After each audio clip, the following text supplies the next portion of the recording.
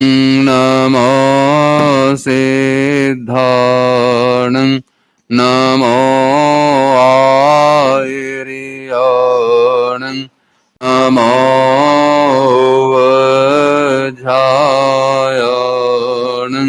नमो लोय सावसाहुणं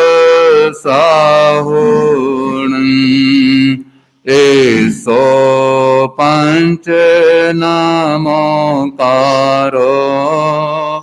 सब पावपनासनो मंगलानं च सवेसिं परमं हरि मंगलम् मंगलानं च सवेसिं परमं हरि मंगलम्।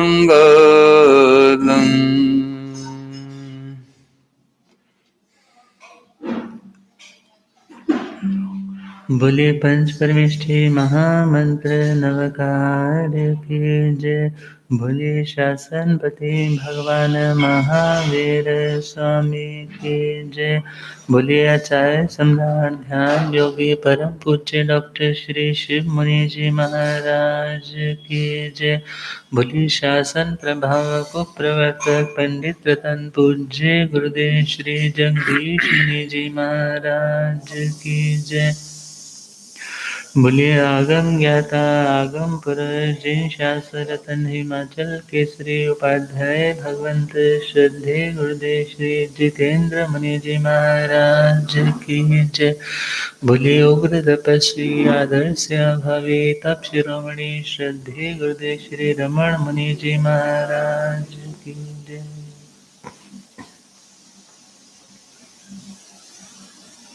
आज का पावन दिवस नववर्ष जो हमारी लौकिक दुनिया में प्रचलित कैलेंडर है उसके अकॉर्डिंगली आज नववर्ष 2021 में प्रवेश है।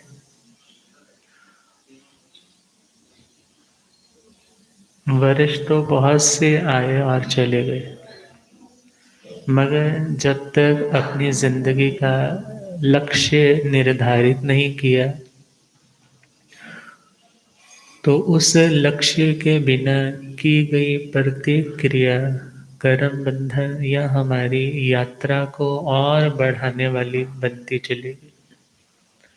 तो कुछ पंक्तियाँ, अब धर्म के मार्ग पर बढ़ना है, धीरे धीरे नहीं बल्कि बड़े उत्साह के साथ, आत्म जागृति के साथ।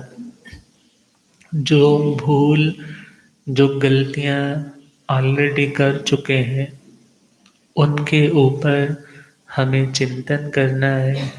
उनसे क्या नुकसान हुआ, कितनी प्रोग्रेस मेरी पीछे हुई और उससे शिक्षा लेते हुए आगे कैसे बढ़ना है, वर्तमान में प्रसन्न कैसे रहना है, उन बातों पर चिंतन करना है।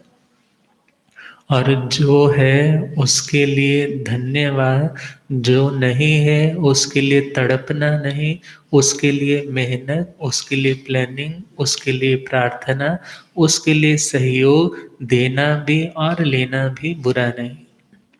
तो बड़े प्रेम से कुछ पंक्तियां गुनगुनाएंगे। धीरे धीरे चलने वाले दूर है तेरा नगर, धीरे धीरे चलने वाले दूर है तेरा नगर, ऐसे कैसे खत्म होगा ये तेरा लंबा सफर, ऐसे कैसे खत्म होगा ये तेरा लंबा सफर। दूर है जिनका नगर वो इस तरह चलते नहीं। दूर है जिनका नगर वो इस तरह चलते नहीं। बन के तूफान चलते हैं जो बांध लेते हैं कमर। बन के तूफान चलते हैं जो बांध लेते हैं कमर। धीरे धीरे चलने वाले दूर है तेरा सफर। देख सूरज ढल रहा है, सर पे आई शाम है।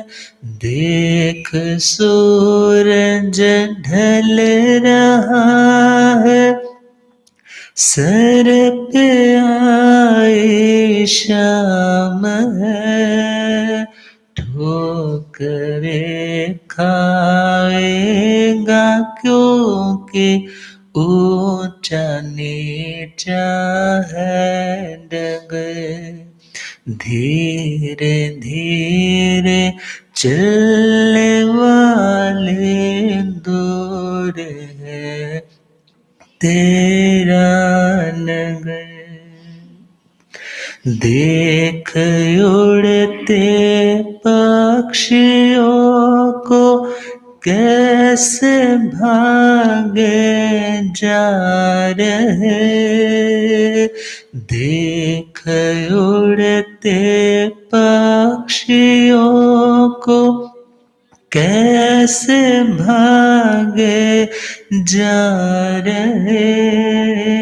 क्यों रुके वो उनके दिल में आशियाने का फिक्र। क्यों रुके वो उनके दिल में आशियाने का फिक्र। धीरे धीरे चलने वाले दूर है तेरा नगर। बढ़ता चले तो चलता चले तो रुक न पाए ना कदम। बढ़ता चले तो चलता चले तो रुक न पाए ना कदम। वीर सोले ना ठिकाने पर तो जाके बेखबर। वीर सोले ना ठिकाने पर तो जाकर बेखबर। धीरे धीरे चलने वाले दूर है तेरा नगर। ऐसे कैसे खत्म होगा ये तेरा लंबा सफर। ऐसे कैसे खत्म होगा ये तेरा लंबा सफर। धम्म मंगल मुकुट अहिंसा संयम तवो। देवावेतनम सत्य जस धमे स्वयमणो। जी हाथ जोड़ गोरानो मेरी वंदना। जी हाथ जोड़ गोरानो मेरी एक बार वंदना हजार बार वंदना। एक बार वंदना हजार बार, लाख बार वंदना करोड़ बार वंदना। लाख बार वंदना। जी हाथ जोड़ गोरानो मेरे, डगमग डोले नैया मेरे, डगमग डोले मुझको है सतगुरु तेरे, मुझको ओट है सतगुरु। जी ऐसा भवसागर पार लंघना। जी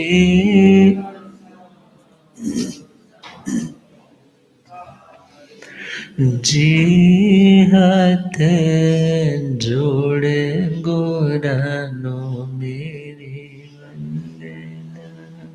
अनंत अनंत शांति निकेतन शासनपति भगवान महावीर स्वामी के पावन चरण वृंदों में हार्दिक भविन वंदन। मेरे अंधेरे जन को रोशनी प्रदान करने वाले परमोपकारी आगम ज्ञान के भंडार, आगम ज्ञाता, आगम पुरुष जिन सरतन हिमाचल केसरी उपाध्याय भगवंत श्रद्धे गुरुदेव श्री जितेंद्र मुनि जी महाराज साहब के पावन चरण कमलों में हार्दिक भावना वंदन। पाठ पर सौभाग्यवान उग्र तपस्वी आदर्श भावी श्रद्धे गुरुदेव श्री रमण मुनि जी महाराज साहब के चरणों में हार्दिक भावना वंदन। धर्म सभा में उपस्थित धर्म अनुरागियों, सुशीलवती माताओं एवं बहनों, असीम बुद्धनिधि से भाग्यदेव से आप सबको संतों का समागम और वीतरागवाणी श्रवण करने का सुअवसर प्राप्त हो रहा है। नव वर्ष सबके लिए मंगलमय हो और यह नव वर्ष जिंदगी में वह सब नया नया करने के लिए उत्साह दे, उत्साह को जागृत करे, जो आज तक इस आत्मा ने अपने लिए, अपने कल्याण के लिए नहीं किया। लिखने वाले ने लिखा है, live in the present, learn lesson from the past and plan for the future.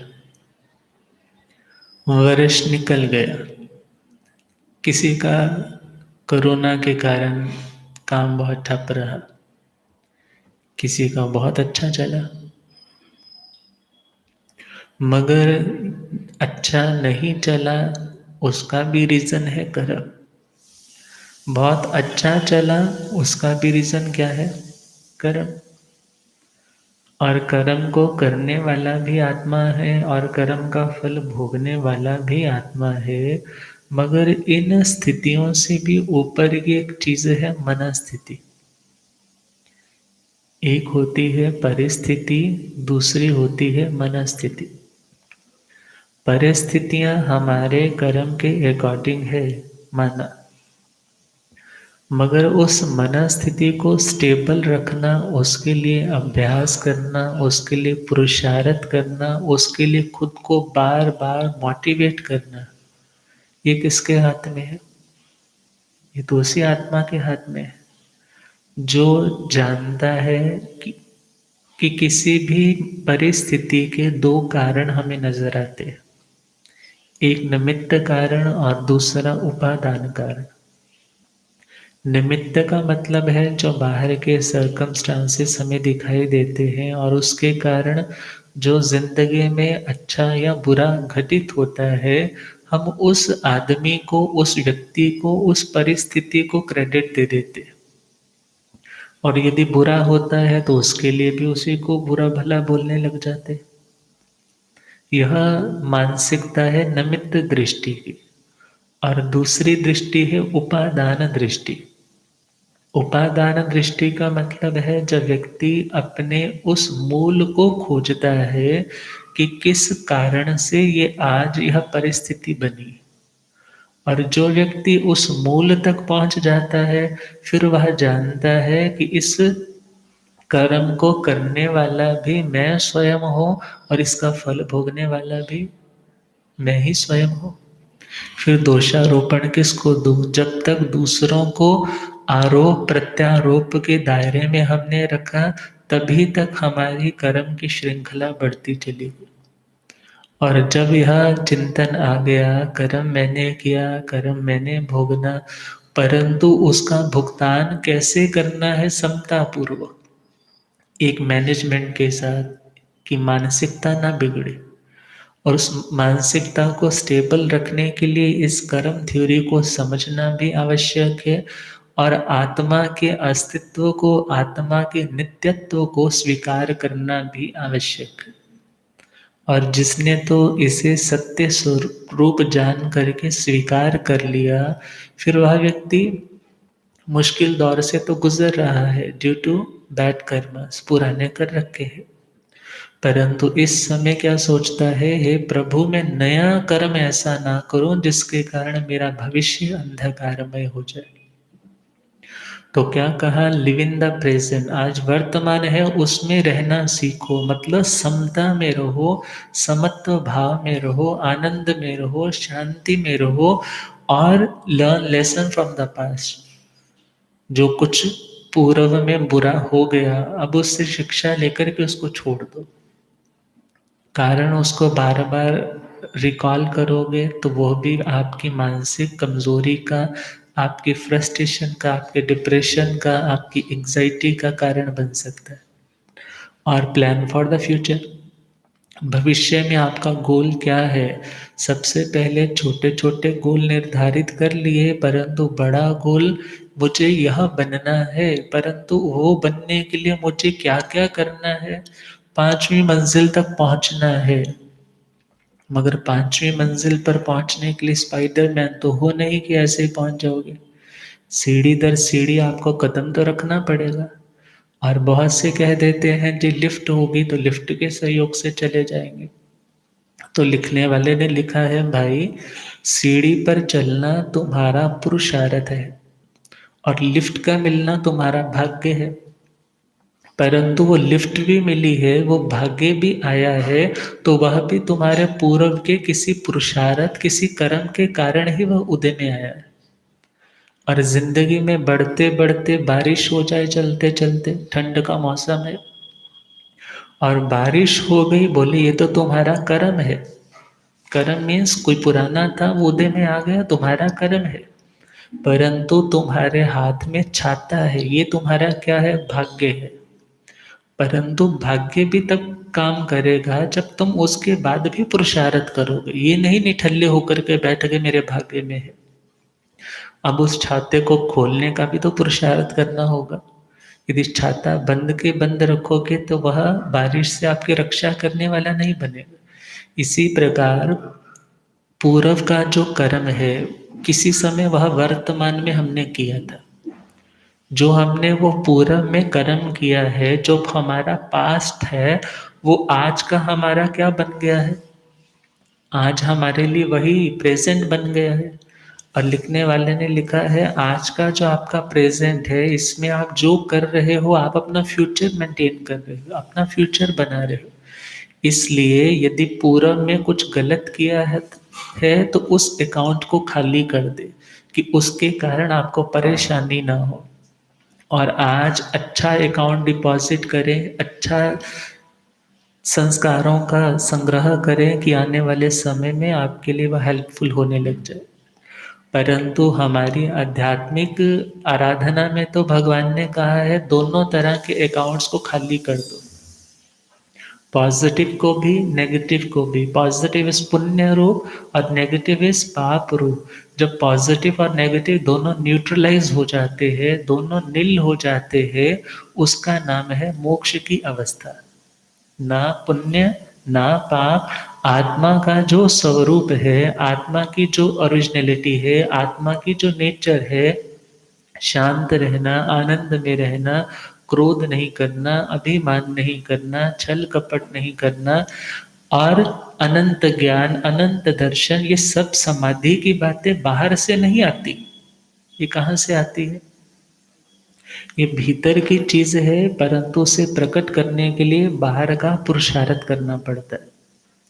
तो हम इस नव वर्ष के प्रवेश पर आज समझेंगे कर्मों की थ्योरी को, और वे कर्म किस प्रकार से हम बांधते हैं, और किस प्रकार से वह डिपॉजिट हो रहे हैं, और किस तरह से ब्याज दर ब्याज भी लगता है, और कौन से कर्म है जहाँ पर आपका खाता दूसरे कर्म के खाते में एक्सचेंज भी हो जाता है, और कौन से कर्म ऐसे हैं कि जिनको आप बिन भोगे छूट नहीं सकते, और कौन से कर्म ऐसे हैं जो आप बिन भोगे भी छूट सकते हो। तो इन सब बातों के उत्तर हमें इन कर्म के सिद्धांत में, जो 25 बोल का 10वां बोल है कर्म 8, वहाँ पर मिल जाएंगे। तो 10 तरह की बातें हैं। इसमें सबसे पहले हम देखें बंध। कर्म का आत्मा के साथ एक मेक हो जाना बंध कहलाता है। अब यह आत्मा जो असंख्यात प्रदेशी इस देह में स्थित है, जब कभी पूर्व के संस्कार उदय में आते, दो शब्द आपने बहुत बार सुने होंगे इसके, तो संस्कार ही ऐसे है। अब ये क्या करे बेचारा, इसकी नेचर ही ऐसी बन गई। मगर विचार करना है, पूर्व के जो संस्कार है वो प्रवृत्ति को जन्म देते। किसको जन्म देते हैं? प्रवृत्ति मीन्स हम कुछ करें उसके लिए हमें वे प्रेरित करते हैं, पूर्व के संस्कार। और पूर्व के संस्कार जब उदय में आए, उसने नया कर्म करने की प्रेरणा दी। हमने जो नया कर्म किया है, उस नए कर्म को करते टाइम भी हमारे नए संस्कार अर्जित हो रहे। पूर्व वाले तो यूटिलाइज हो गए, यूज हो गए, परंतु नए हमने और संस्कार भी इकट्ठे कर लिए। और भगवान कहते हैं कि जब यह आत्मा योग और कषाय, मन वचन और काया, इसे योग बोलते हैं। कषाय क्रोध, अभिमान, छल कपट और लोभ को बोलते हैं।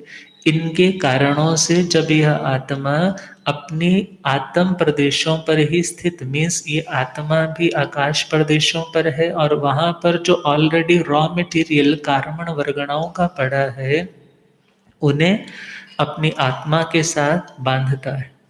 और उस बांधने का नाम ही क्या है? बंध है। अब यह बंध दो तरह का होता है। एक तो आता है इरियापथिक बंध, और दूसरा आता है सांप्रदायिक बंध। इरियापथिक बंध में आता है कि वह कर्म आया, आत्मा के साथ जुड़ा, और उस कर्म का फल मिला, और वह भी सुख रूप कर्म का फल मिला, और उसके बाद वह कर्म आत्मा से अलग हो गया।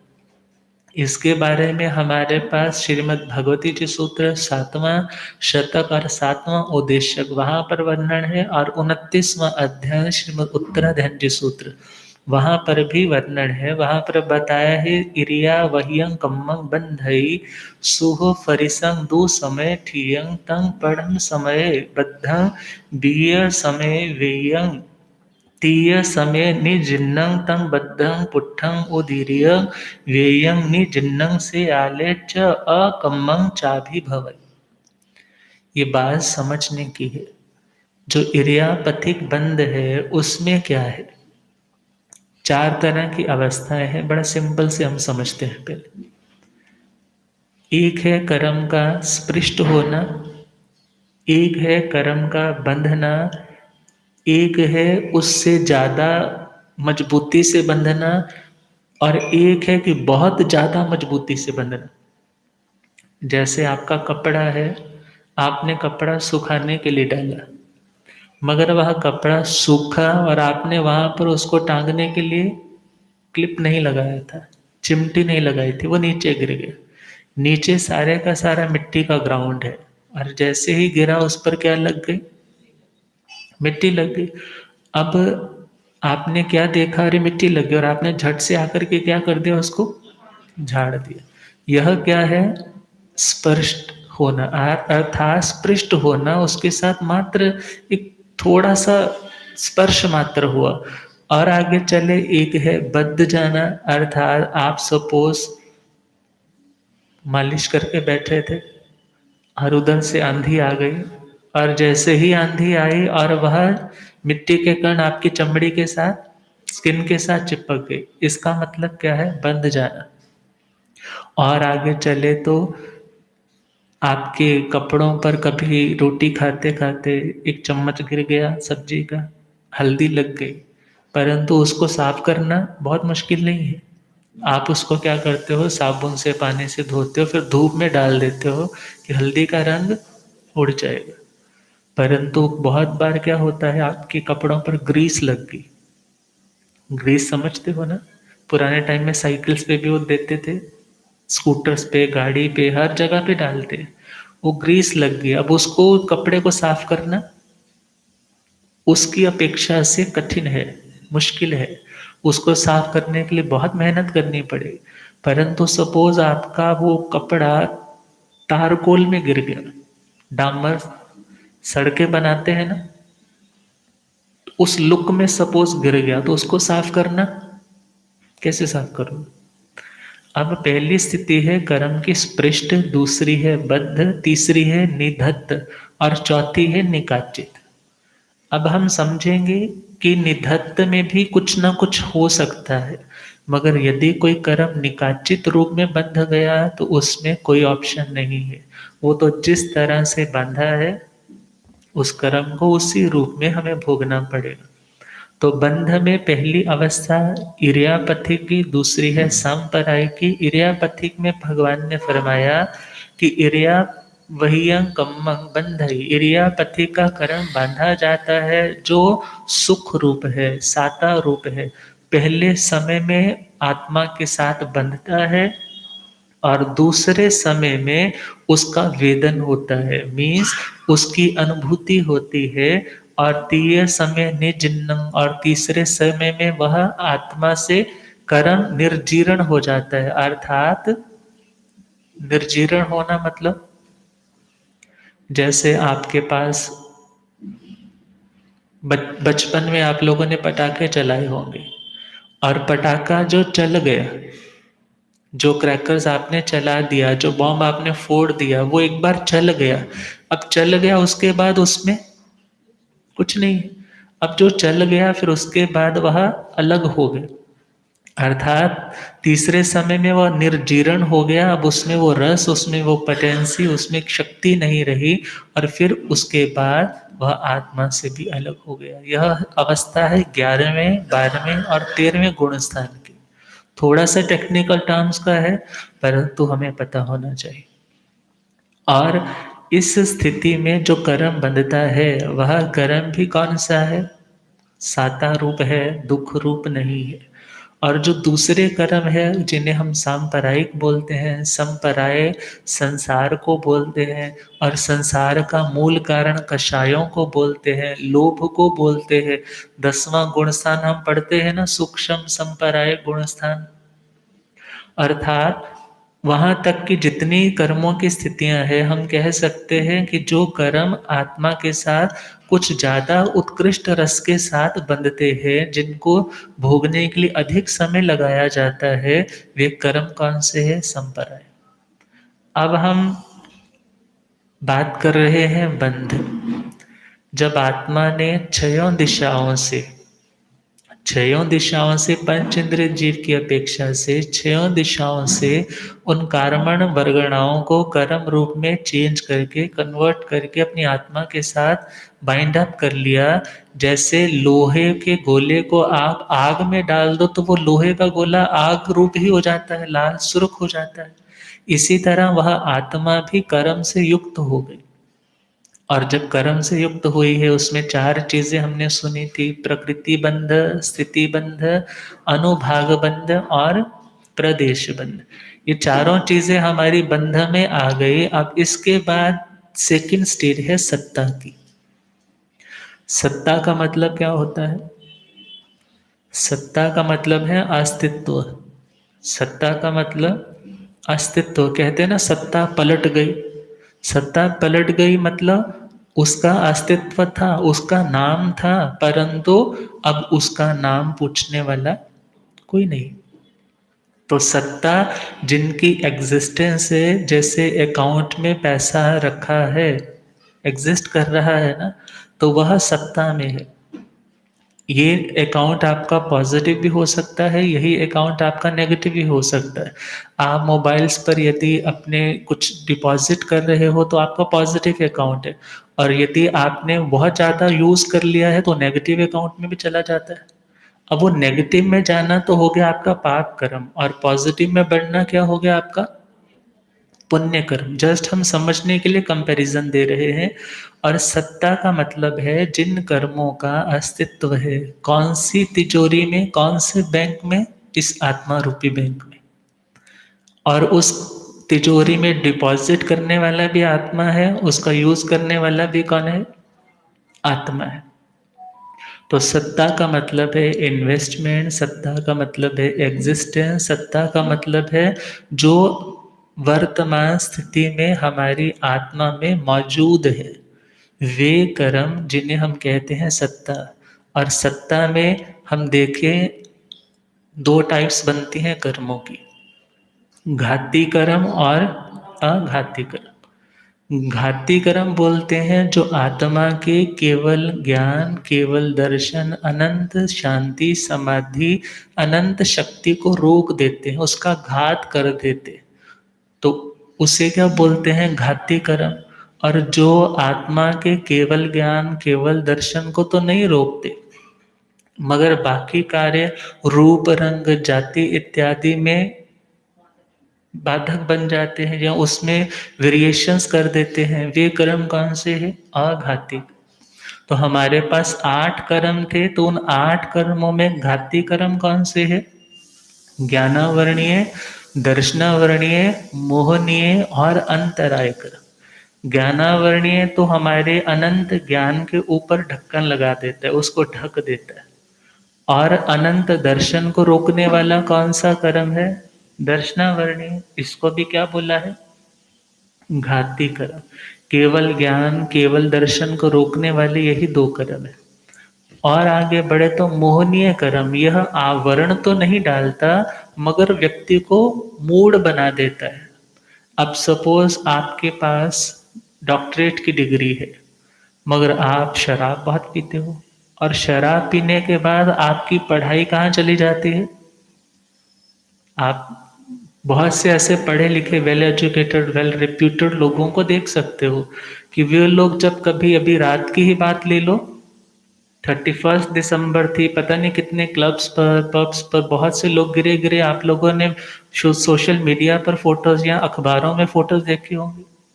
अब इतने अच्छे घरों के लोग, पढ़े लिखे भी पूरे हैं, मगर उन्हें उस शराब ने क्या कर दिया? मदहोश कर दिया। अब वह मदहोशी जो उन्हें मूर्ख बनाने वाली, जो पागल बनाने वाली, सही और गलत क्या है उन्हें नहीं पता। वो माँ को भी अपनी घरवाली समझेंगे और घरवाली को अपनी माँ समझ करके बुलाने लग जाएंगे। ये सारी स्थितियां क्यों बनी? उस शराब के कारण। इसी प्रकार जब मोहनीय कर्म उदय में आता है तो वह आदमी को मूड बनाता है, मूर्ख बनाता है। उसकी जो कैपेबिलिटी, उसकी जो कैपेसिटीज हैं, उसकी जो योग्यताएं हैं, उसका जो ज्ञान है, वो सारे का सारा ज्ञान मानो गलत दिशा में उसे लेकर जाने वाला बन जाता है। आत्म कल्याण, आत्म समाधि मुक्ति की ओर नहीं लेकर जाने वाला बनता, तो वह है मोहनीय कर्म। और चौथा घाती कर्म है अंतराय कर्म। अंतराय कर्म जिसके कारण से आत्मा अपने लक्ष्य की ओर बढ़ना तो चाहता है, मगर उसमें विघ्न आ रहा है। उसकी अनंत शक्ति कर्म काटने में नहीं लग पा रही, किसके कारण? इस अंतराय के कर्म। अब ये चार कर्म तो है घाती कर्म और चार है अघाती कर्म। और अघाती कर्म में हम देखें तो वेदनीय, आयु, नाम और गोत्र कर्म। वेदनीय कर्म में हम देखें सनत कुमार चक्रवर्ती, 16 महाभयंकर रोग थे उनके देह में, परंतु दीक्षा भी ले ली। और वो दीक्षा लेने के बाद भी इतनी समता की आराधना करने वाले देवता ने उनकी समता की परीक्षा करनी चाहिए, और आकर के वैद्य का रूप बना करके पहुंचे कि हम तुम्हारे रोगों को दूर कर देंगे। उन्होंने क्या कहा? क्या तुम्हारे पास कर्म के रोगों को दूर करने की दवाई है? क्योंकि ये रोग भी किसके कारण है? असाताविर्ण्य कर्म के कारण। क्या उनको दूर करने का तुम्हारे पास कोई उपाय, कोई रेमेडी है? तो बोले वो तो हमारे पास नहीं है। और वो कहने लगे वो तो मैं कर ही रहा हूं इन कर्मों को दूर करने के लिए संयम और तप की आराधना। और जैसे ही ये बात कही, और विचार करना है वेदनीय कर्म तो उदय में है, मगर उनकी समाधि भंग, अर्थात जो समाधि को तोड़े, जो समाधि को भंग करे, वही कर्म तो हो गए घाती कर्म। परंतु जो उस केवल ज्ञान, केवल दर्शन को न रोके, वे कर्म है अघाती कर्म। भगवान महावीर स्वामी केवल ज्ञान हो गया, केवल ज्ञान होने के बावजूद भी उनका जो एक अविनीत शिष्य, जो उदंड शिष्य है गौशाला, जो अपने आप को केवली कहता है, जो खुद को तीर्थंकर कहता है, भक्ति जी सूत्र में वर्णन आता है, और आकर के भगवान को ही चैलेंज करता है, भगवान के संतों को उनके सामने ही भस्म कर देता है। परंतु जैसे ही भगवान पर भी तेजोलेशा छोड़ी, उस तेजोलेशा ने और भगवान के असाता वेदनीय कर्म के कारण आने वाले टाइम में उन्हें दस्त भी लगे, और उसमें उनको पित्त इत्यादि का भी जोर रहा। परंतु फिर भी उस वेदनीय कर्म ने भगवान के केवल ज्ञान को, केवल दर्शन को तो किसी प्रकार से बाधित नहीं किया। अर्थात यह वेदनीय कर्म आपको वेदना दे सकता है, अच्छी बुरी अनुभूति का कारण बन सकता है, सुख दुख जो पौद्गलिक है उनका कारण बन सकता है, मगर आत्म समाधि में इसका कोई रोल नहीं। हम आगे चलें, वेदनीय आयु, आयु किसी की छोटी है, किसी की बड़ी है, कोई छोटी उम्र में भी साधना बहुत कर लेता है, कोई बड़ी उम्र में भी कुछ नहीं करता। इस तरह देखें तो केवल ज्ञान में आयुष्य कर्म कोई बाधक नहीं। और आगे चले तो नाम कर्म, नाम कर्म में शरीर कैसा है, अंगोपांग कैसे है, शरीर का स्ट्रक्चर कैसा है, आवाज कैसी है, परंतु इन चीजों से आत्मा के मोक्ष का कोई लेना देना नहीं। गुरुदेव पधारे। और अब मेरा साथ गुरु बन,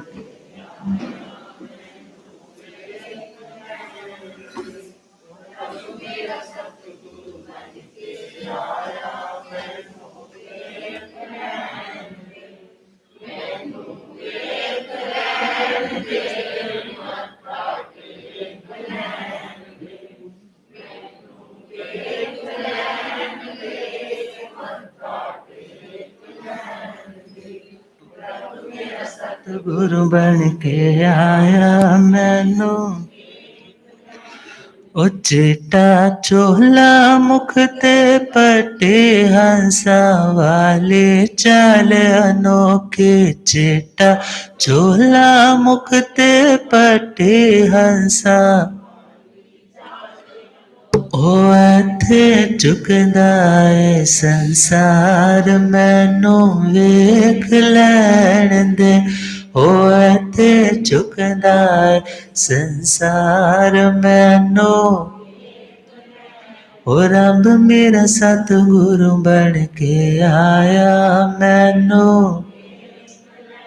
ओ रब मेरा सतगुरु बन के आया मैनू, बोलिए आगम ज्ञाता आगम पुरुष जिन शास्त्र रतन हिमाचल केसरी उपाध्याय भगवंत श्रद्धे गुरुदेव श्री जितेंद्र मुनि जी महाराज की जय। तो हम बात कर रहे थे, 4 घाती कर्म हो गए और 4 है अघाती कर्म, जिनमें वेदनीय, आयु, नाम और गोत्र कर्म। नामकरण के कारण व्यक्ति कोई करूप है, सुंदरता नहीं है, आवाज़ अच्छी नहीं है, चलना चाल अच्छी नहीं है, बहुत सी बातें हो सकती है, मगर वे उसकी मोक्ष जाने में, मोक्ष की यात्रा में किसी तरह की बाधा उत्पन्न नहीं करती। दुनिया की दृष्टि से वह व्यक्ति अच्छा बुरा लग सकता है, परंतु आत्मा की दृष्टि से जिसकी आत्मा जागृत हो चुकी है वो सुंदर है। तभी तो लिखने वाले ने लिखा है, if you are not beautiful at the age of 16 it is not your fault. यदि आप 16 वर्ष में भी सुंदर नहीं हो, बोले तुम्हारी गलती नहीं है, but if you are not beautiful at the age of 60 it is surely yours. अर्थात यदि 60 साल में जाकर भी आप खूबसूरत नहीं हो तो इसमें दोष सिर्फ आपका है। आप कहोगे क्या उसने प्लास्टिक सर्जरी करवा ली सुंदर बन गया? तो नहीं। सुंदरता का मतलब है सुंदर काम करना, जीवन को अच्छा बनाना। और कोई बदसूरत व्यक्ति भी यदि जीवन अच्छा बनाता है तो उस व्यक्ति की मुक्ति के लिए किसी भी प्रकार का कोई व्यवधान नहीं। और गोत्र कर्म, कोई उच्च कुल वाला है, कोई नीच कुल वाला है, समाज में किसी को छोटा समझा जाता है, किसी को बहुत बड़ा समझा जाता है, मगर भगवान कहते हैं कि क्या उच्च जाति क्या नीच जाति, ये जातियां तुम्हारे आत्म कल्याण में सहायक नहीं है। तुम्हारी आत्म कल्याण में तुम्हारी साधना सहयोगी बनेगी। और जो व्यक्ति उच्च घराने में पैदा होकर के भी नीच काम करता है तो वह जाति उसकी रक्षा नहीं कर सकती। और जो व्यक्ति सामान्य कुलों में पैदा होकर के भी उत्कृष्ट आराधना करते हैं तो उन्हें शुभ गति में जाने से, मोक्ष में जाने से कोई रोक नहीं सकता। तो इस प्रकार यह 4 घाती कर्म है, 4 अघाती कर्म है। और जो 8 कर्मों वाले हैं, जिन्होंने अभी घाती कर्म तोड़े नहीं है, उन आत्माओं के साथ सत्ता में 8 कर्म है। और जिन आत्माओं ने 4 घाती कर्म अपनी आत्मा से दूर कर दिए हैं, उन आत्माओं में सत्ता में कितने कर्म है? 4 कर्म है। एग्जिस्ट कितने कर्म कर रहे हैं? 4 कर्म है। और आगे चले तो तीसरा स्टेप है उदय का। चीज है, ऑलरेडी है, परंतु अभी वह उदय अवस्था में नहीं आई। सूरज है तभी तो उदय होता है, यदि ना हो तो उदय कहाँ से होगा? चंद्रमा एग्जिस्ट करता है तभी तो वो भी उदय में होता है, हमें दिखाई देता है। और यदि वह एग्जिस्ट ही ना करता हो तो, अर्थात जिस वस्तु की एग्जिस्टेंस है उसी का तो उदय होगा ना। इसी प्रकार हम देखें, कर्म है, सत्ता में है, इन्वेस्टमेंट में है, हमने इकट्ठे कर रखे और हमारे ही कर्म उदय में आएंगे। ये नहीं कि तुम्हारे पड़ोसी के कर्म तुम्हारी आत्मा में उदय होने लग जाएंगे, तुम्हारे बच्चों के कर्म तुम्हारी आत्मा में उदय होने लग जाएंगे। भगवान क्या कहते हैं, जिस कर्म को तूने किया है उस कर्म का जब उदय आएगा, उदय का मतलब है फल भोगने का समय। फल भोगने का समय, एक समय है उस कर्म का जब आपने बीज के रूप में उसको फसल के रूप में किसी खेत में जाकर के लगा दिया, परंतु अब वह धीरे धीरे उसको खाद मिल रही है, उसको सब न्यूट्रिएंट्स मिल रहे हैं, वो धीरे धीरे प्रोग्रेस कर रहा है, नॉरिश कर रहा है।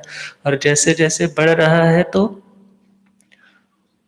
अब वह पल्लवित भी होता है, पुष्पित भी होता है, उसमें रस भी बढ़ता है। अर्थात वो जिस चीज का भी बीज है, जिस चीज का भी सीड है, उसके अकॉर्डिंगली ही वह फल इत्यादि के रूप में प्रकट हो रहा है। इसी प्रकार जो कर्म किया था और जब उसका अबाधा काल समाप्त हो गया, अबाधा काल का मतलब है जब तक वह कर्म हमें परेशान नहीं करेगा। परेशान बोलो या सुख रूप में हमें सुख नहीं देखा, दुख रूप में दुख नहीं देगा, वो टाइम अभी तक नहीं आया था। वो टाइम अभी तक नहीं आया। सपोज आपने किसी से कर्जा लिया, लेना ना पड़े, किसी को ना लेना पड़े कर्जा। सपोज आपने 5 लाख रुपए कर्जा लिया और उस आदमी ने बोला तुम 5 साल में मुझे ये क्या कर देना, वापस दे दे। तब तक मैं कुछ नहीं कहूँगा, यदि उसके बाद कुछ हुआ तो मैं अगली कार्यवाही करूँगा। 5 साल बीत गए, वे सत्ता में है, कर्जा उसके ऊपर, मगर वो उसको कुछ नहीं कह रहा, कोई टॉर्चर नहीं, कुछ बोलना नहीं, कुछ ऊंचा नहीं, कुछ नीचा नहीं। परंतु जैसे ही 5 साल पूरे हुए, जैसे ही पहला दिन स्टार्ट हुआ, अबाधा काल पूरा हो गया। अबाधा काल, जब तक उसने उस व्यक्ति को किसी तरह की कोई बाधा, कोई मुश्किल, कोई तनाव, कोई फ्रस्ट्रेशन नहीं क्रिएट की, वो समय उसका क्या हो गया, पूरा हो गया। जैसे ही अबाधा काल पूरा हुआ और उसके 5 साल का वक्त जो दिया था पूरा हो गया, और उसके बाद का जो टाइम स्टार्ट हो रहा है उसका नाम है उदय काल। कौन सा काल, उदय काल। इसी प्रकार प्रत्येक कर्म की जो स्थितियां हैं उसमें जब अबाधा काल पूरा हुआ और बाधा काल शुरू हुआ, अर्थात जब उस कर्म ने फल देना है, उस कर्म के उदय की अवस्था का नाम ही औदैहिक अवस्था है। उस कर्म के उदय की अवस्था का नाम ही फल की अवस्था है, वेदन की अवस्था है। और भगवान ने तो कहा है, संसार मावन्न परस अट्ठा सहारणं जम च करे कम्मं कम्मस्य तो तस्सो वेयु काले न बंधवा बांधवयं गोविंदी।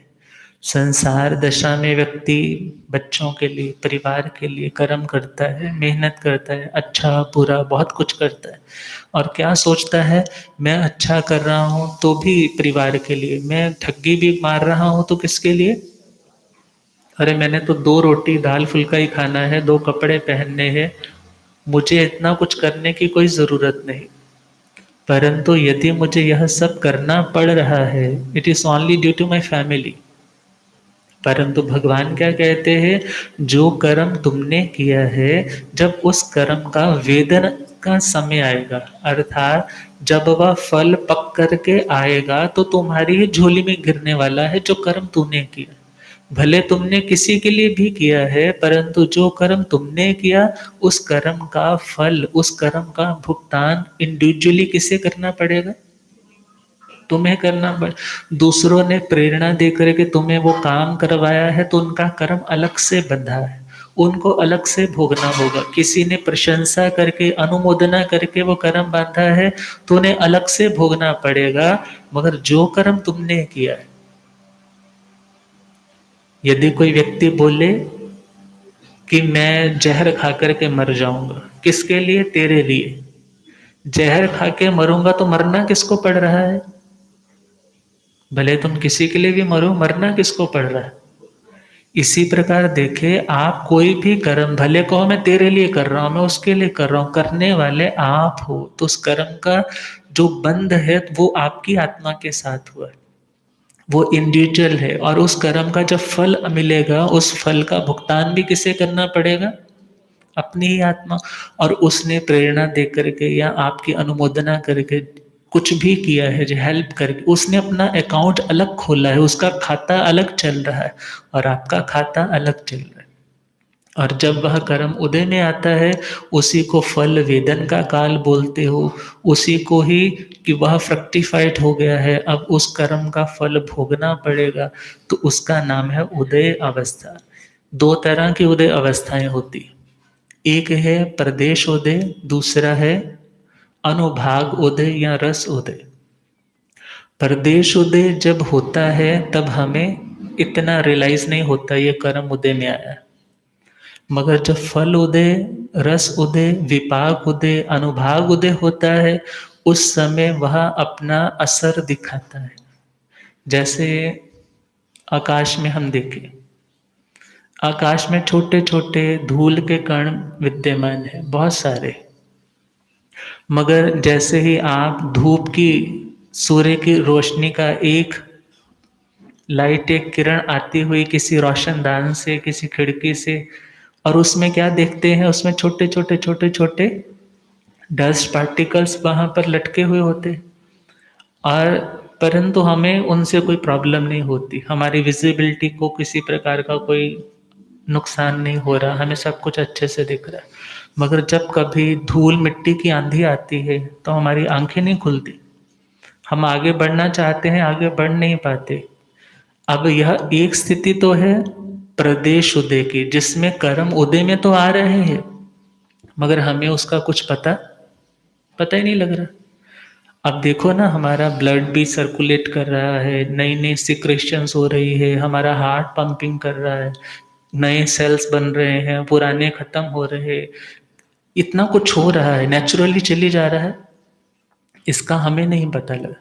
परंतु जब कभी दिक्कत बढ़ती है तो उस व्यक्ति का बोलते हैं अब तो हार्ट श्रिंक कर गया, अब तो लिवर उसका काम करना बंद कर रहा है जी, अब तो पैरालिटिक अटैक हो गया। अब जो प्रॉब्लम्स है उसको, अब उन चीज़ों का अनुभव, उसकी अनुभूति उसको हो रही है कि मैं क्या तकलीफ में हूँ, कौन सी तकलीफ से गुजर रहा हूँ। इसी प्रकार जब वह कर्म अपना असर दिखाता है, जो असर हमें अनुभूति में भी आता है, उसका नाम है अनुभाग उदय या रस उदय, विपाक उदय। और जो प्रदेश उदय है उसका हमें पता नहीं लगता, छोटा मोटा चलता रहता है ना, बोलते हैं छोटा मोटा चलता रहता है, मगर वो छोटा मोटा जो हमें पता ही नहीं चल रहा कि आ रहा है, उदय में आ रहा है। इसको हम एक और एग्जाम्पल से समझ सकते हैं। ऑपरेशन हुआ होगा किसी ना किसी का, तो उस ऑपरेशन के टाइम डॉक्टर क्या करता है, एंथीसियस का इंजेक्शन दे दिया, और जैसे ही इंजेक्शन दिया ऐसे उंगलियां दिखा करके पूछते हैं 1 2 3, एक दो बार पूछेंगे, उसके बाद आपको ही नहीं पता चलेगा कहाँ चले। उसके बाद इतना बड़ा कट लगा दिया, ऑपरेट किया, इतना बड़ा ऑपरेशन किया, 4 घंटे लग गए, मगर आपको कुछ ही नहीं पता। अब कुछ नहीं पता, आपकी अनुभूति में कुछ नहीं आ रहा, इसको हम कंपेयर कर सकते हैं प्रदेश उदय से। और किसी ने आपके ऊपर चाकू मार दिया, आपके चलते चलते पैर में कांटा लग गया, पैर कट गया, आपको वेदना, हाय तौबा मच गई, वेदना हो रही है, और वह उदय कौन सा है, विपाक उदय। दो तरह के उदय हो गए, पहला कौन सा, प्रदेश उदय, दूसरा उदय विपाक उदय। और हम चले अपने शास्त्रों की ओर, तो वहाँ पर शास्त्रों में श्री भगवती जी सूत्र पहला शतक चौथा उद्देशक, वहाँ पर फरमाया है, जे कड़े पाव कम्मे नथी तस अवेयता मुखो, जो कर्म आत्मा ने किए हैं उनका वेदन किए बिना आत्मा का मोक्ष नहीं होता। परंतु हम बहुत बार शास्त्रों में सुनते हैं, कड़ाण कम्माण ने मुख अर्थी, किए हुए कर्मों को भोगे बिना आत्मा का छुटकारा नहीं होता। तो वो कंसेप्ट और क्लियर करने के लिए भगवती जी सूत्र में आगे फरमाया है, कम्मे दुविहे प्रणत्य, कर्म दो तरह के होते हैं। कितनी तरह के, दो तरह के। तंग जहा पेश कम्मे या अणुभाग कम्मे या, पहला प्रदेश कर्म और दूसरा अनुभाग कर्म। तथणंग जंग ते पयस कम्मंग तंग नियमा व्ययी, जो प्रदेश कर्म है वे नियम से भोगे जाते हैं। तथणंग जंग तंग अणुभाग कम्मंग तंग अत्थे गयंग व्यय, अत्थे गयंग नो व्यय। और जो दूसरा अनुभाग कर्म है वो भोगा भी जाता है, नहीं भी भोगा जाता। अर्थात जो निश्चय रूप से भोगने वाले कर्म है, जिन्हें हमें भोगना ही पड़ता है, वह तो है प्रदेश उदय, उनको नहीं हम रोक सकते। मगर जो अनुभाग वाले हैं उनको हम वेदित, अर्थात उनको भोग भी सकते हैं, उनको नहीं भी भोग सकते। यहाँ पर भोगने नहीं भोगने का प्रयोजन कहने का क्या है, दो तरह की वेदना होती है, दो तरह की अनुभूति होती है, एक अभ्युपगमिकी और दूसरी औपक्रमिकी। वर्ड थोड़े से ज्यादा टेक्निकल है, अभ्युपगमिकी और दूसरी औपक्रमिकी। अभ्युपगमिकी का मतलब है जिसमें आप तपस्या इत्यादि के द्वारा उन कर्मों को क्षय कर देते हो, और दूसरी औपक्रमिकी, सहज, जैसे जैसे एक फ्लो चल रहा है और उस फ्लो के साथ जैसे जैसे कर्म अपने टाइम पर आया, उदय में आया, और वो कर्म भोगना पड़ा। दो तरह के हो गए। तो जो भोगना ही पड़ता है वह तो है प्रदेश उदय, और जो भोगा भी जा सकता है और टाला भी जा सकता है वह कर्म कौन सा है? अनुभाग उदय, रस उदय।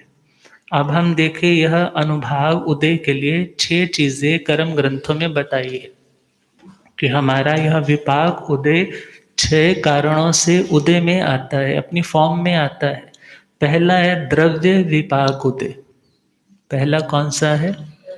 द्रव्य विपाक उदय मीन्स किसी द्रव्य, किसी वस्तु के निमित्त के कारण आपके जो अकाउंट में, जो सत्ता में एग्जिस्ट कर रहे कर्म थे और उनका टाइम हो गया, और जैसे ही आपने उस द्रव्य का सेवन किया, उस वस्तु का सेवन किया, वो कर्म प्रकट हो गए।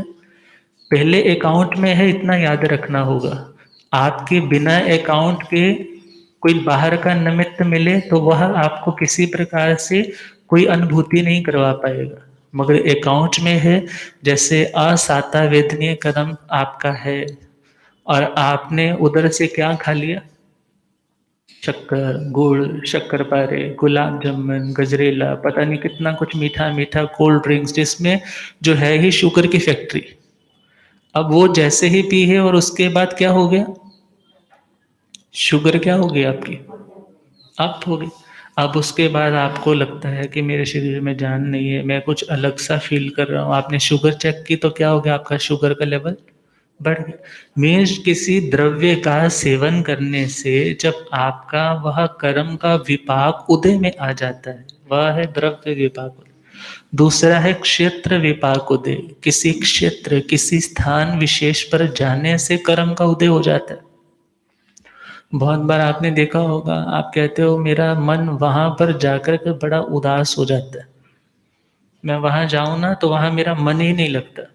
और एक जगह ऐसी है जहां पर जाकर के आपका मन क्या हो जाता है? आनंदित, प्रफुल्लित, आप बड़ा ही अच्छा फील करते हो। तो यह किसके कारण है? उस क्षेत्र के कारण, और उस क्षेत्र के निमित्त के कारण जो आपका कर्म का अकाउंट है और वह उदय में आ गया। जैसे हम कथानकों में सुनते हैं, दंडकारण्य में जब श्री रामचंद्र जी, लक्ष्मण इत्यादि जा रहे थे और उस वन में जाते ही उनके विचार बड़े मलिन होने लग पड़े, मन बड़ा उदास होने लग पड़ा, मन में जैसे बोलते हैं ना, ऊट पटांग के ख्याल आने लग पड़े, बड़ा ही नेगेटिव थिंकिंग आने लग पड़े। जैसे ही उन्होंने विचार किया, मेरे मन में ऐसा कभी नहीं आता, आज क्यों आया? और जैसे ही देखा, विचारा, पता चला कि यहाँ पर 500 मुनि जो कोल्लू में पीसे गए थे। यह स्थान कौन सा है? जहाँ पर 500 मुनि राजाओं को कोल्लू में पील करके निर्मम हत्या कर दी गई थी, और उसके कारण आज भी उस स्थान की वाइब्रेशंस कैसी है? जो खुद को नेगेटिव कर देती है। यह प्रभाव किसका है? क्षेत्र का।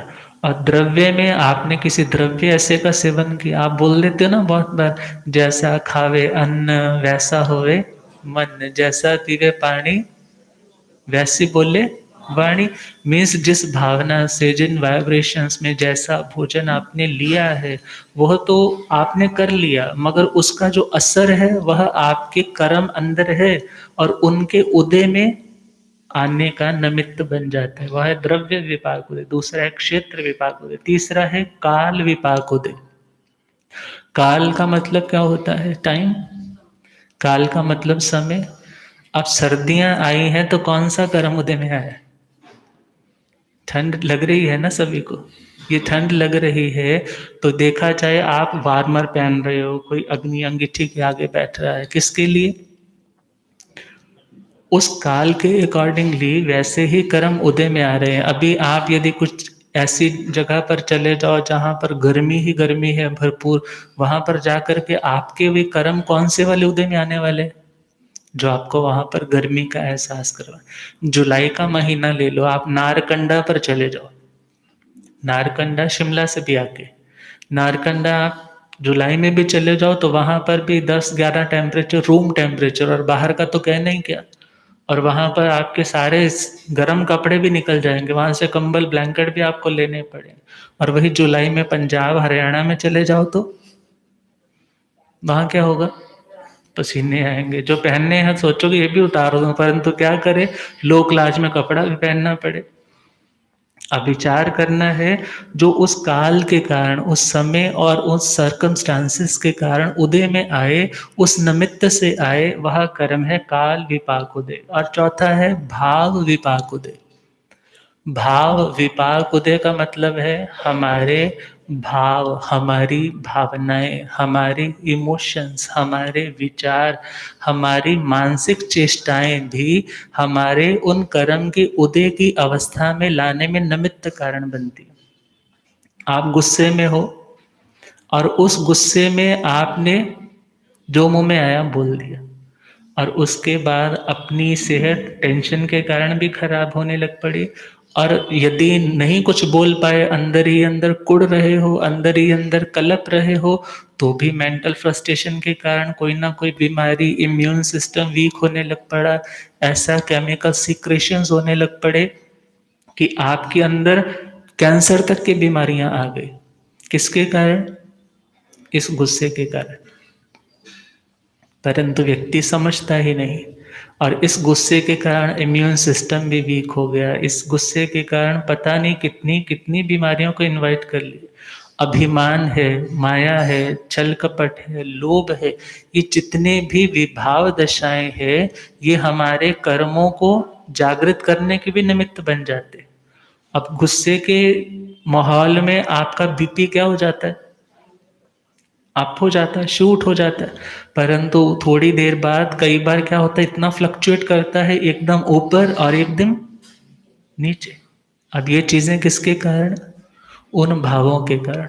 और बहुत से लोग ऐसे भी होते हैं, अंदर से तो खपे हुए हैं मगर शेयर भी किसी से नहीं करते, और फिर डॉक्टर क्या बोलता है, आपको हार्ट की दिक्कत आ गई, और उसके बाद बाईपास के लिए भी ऑपरेशन थिएटर में लेकर के जाया जा रहा है। और उसके बाहर क्या लिखा हुआ है? अगर दिल खोल लेते अपने यारों के साथ, अगर दिल खोल लेते अपने यारों के साथ, तो आज ना खोलना पड़ता औजारों के साथ। अब उन औजारों से क्यों खोलना पड़ा? क्योंकि हमने अपने विश्वास पात्र गुरुजन, जो हमारे धर्म मित्र है, उनसे कभी बात ही नहीं की, उनसे कभी मार्गदर्शन ही नहीं लिया। मार्गदर्शन आत्म समाधि के लिए लेना है, परंतु यदि असमाधि चल रही है, मन अशांत है, मन कहता है कि या खुद मर जाऊं या उसको मार दूं। अब इस प्रकार के भाव देखा जाए, हमारे नए कर्म के बंधन का तो कारण है ही है। और जिन संस्कारों के कारण ऐसे भाव आ रहे हैं, वो कर्म, वो संस्कार भी तो उदय में आ रहे हैं, जब वैसा निमित्त हमें बाहर से मिला या हम वैसे भावों में चले गए। अब अगला कारण है भाव विपाक उदय। भव विपाक उदय का मतलब है, भव मीन्स जन्म, भव का मतलब है गति, अवस्था। अब देवलोकों में चले जाएं तो देवलोक के देवों को, देवियों को नींद नहीं आती, बोलते हैं उनका दर्शनावरणीय कर्म का ऐसा प्रगाढ़ उदय वहां पर नहीं हो पा रहा। वैसे तो है, परंतु निद्रा निद्रा, प्रचला प्रचला प्रचला, स्त्यान वृद्धि इत्यादि सुख की इतनी बहुलता है, और उन्हें वैसी नींद नहीं। और आगे चले तो नरकों में चले जाएं, दुख वेदना मारो मार ही इतनी है कि वहां पर भी वह नींद उनको नसीब नहीं हो रही। परंतु मनुष्य और त्रियंचों के संसार में चले जाएं तो बोले वहां पर तो कई ऐसे भी जीव हैं जो कई कई महीने सोए रहते हैं, और कई लोग भी ऐसे हैं जो दो दो तीन तीन दिन तक नहीं उठते। अब देखा जाए, वहां पर दर्शनावरणीय कर्म का अधिक रूप में उदय रहता है, और वहां पर जो उदय भी है वह सामान्य रूप से है, परंतु इस रूप में नहीं, निद्रा पंचक के रूप में नहीं। और अगला छठा कारण, जो लास्ट कारण है उदय का, वह है हेतु विपाक उदय। हेतु विपाक उदय का मतलब है बाहर से ऐसा निमित्त, ऐसा हेतु मिला, सामने पत्थर पड़ा है, पत्थर पड़ा है और पत्थर से टकराए और नीचे गिर गए। और नीचे गिरे, पत्थर तो नहीं फूटा मगर क्या फूट गया, माथा फूट गया। और फिर क्या सोचने लगा, ना ठोकर लगे तुझको चल ऐसी चाल, ना ठोकर लगे तुझको चल ऐसी चाल, कि पल की लगी चोट लेती है साल। क्योंकि छोटी सी गलती बहुत बार सारी उम्र के लिए अफसोस का कारण बन जाती। और आज एक छोटा सा हेतु हमने लापरवाही बरती, हमने सोचा मैं पार कर जाऊंगा। चंड कौशिक का सुनते हैं ना, पूर्व भवों का। चंड कौशिक जब वहां पर तापस आश्रम में है, बच्चे जब आ गए और वहां से उनको मारने के लिए कुल्हाड़ा हाथ में है, रास्ते में गड्ढा है, उसको लगा मैं गड्ढा क्रॉस कर जाऊंगा। और जैसे ही भाग करके आगे आ रहा है उनको मारने के लिए, और गड्ढे में क्या हो गया, और वही कुल्हाड़ा उसी के प्राणों का घातक बन गया। अर्थात हेतु के कारण भी, किसी निमित्त के कारण भी जो सामने उपस्थित है, कोई जहर उठा करके ले और कहे मैं जहर पीने लगा हूं, अब बताओ मेरी आयु अभी शेष है या नहीं शेष है। अब हेतु ही ऐसा उसने चुना है, और यदि उसकी आयुष्य 100 हुई तो वो थोड़ी देर में ही सारे पुद्गल कंज्यूम कर लेगा और वहीं पर नष्ट हो जाएगा। जैसे स्पिरिट लैंप है, स्पिरिट लैंप को आपने जलाया और जैसे ही यदि उसको आपने गिरा दिया, तो थोड़ी ही देर में वो बत्ती जो जल रही थी सारी के सारी स्पिरिट को कंज्यूम कर लेगी। इसी प्रकार आयुष्य कर्म के पुद्गल जो हमने इकट्ठे किए हैं, यदि वो 100 आयुष्य है, तो उतने से देर में उस छोटे से निमित्त के कारण भी वो आपकी मृत्यु का कारण बन जाएगा, जिसे दुनिया में अकाल मृत्यु बोल देते। परंतु अकाल कभी कुछ नहीं होता, सब कुछ एक मैनेजमेंट के साथ चल रहा है, और उसको मैनेज करने वाले भी अपने ही कर्म है। और यदि निरुक्रमी आयुष्य है तो 7वीं मंजिल से भी छलांग लगाई होगी तो भी कुछ होने वाला नहीं है। अब हम विचार करेंगे, 6 कारण बताए हैं उदय के, और आगे आएगा उदीर्णा, उद्वर्तना, अपवर्तना, संक्रमण इत्यादि, उनके बारे में भी चर्चा करेंगे। परंतु जो समय मिला है, हम इस समय में रहते हुए अच्छा करें, नेक बनने का प्रयास करें। और यदि इस दुनिया की सराय में आकर के भी हम इसे अपना समझने लग पड़े ना, तो इससे बड़ी भूल हमारी और कोई नहीं होगी। कहा जाता है दुनिया में हर चीज हमें लीज पर मिलती है। कैसे मिलती है? लीज पर मिलती है। कोई भी वस्तु भले वो हमारे नाम पर भी है, ध्यान रखना वो ऑनरशिप हमारी नहीं है। हर चीज लीज पर है। फिर किस चीज के लिए झगड़ा, किस चीज के लिए घमंड, किस चीज के लिए छल और कपट करना। तभी लिखने वाले ने क्या लिखा है, जगते रिया के जे किता ना उपकार बंदया, जगते रिया के जे किता ना उपकार बंदया, याद रख ले नहीं होना बेड़ा पार बंदया। हो याद रख ले नहीं होना बेड़ा। बेड़ा समझते हो ना, शिप को। और किसी की कश्ती तो पार हो जाती है और किसी की कश्ती मझधार में रहकर ही डूब जाती है। तो क्या लिखा, जगते विया के जिकिता ना उपकार बंदया, जगते विया के जिकिता ना उपकार, हो याद रख ले नहीं होना बेड़ा पार बंदया। हो याद रख ले नहीं होना बेड़ा। जग है सराय कोई आए कोई जाए, ऐते सब है पराए सताए। जग है सराय कोई आए कोई जाए, ऐते सब है पराए सताए। अयो वेला थो कुछ खटने दा, अयो वेला तो कुंज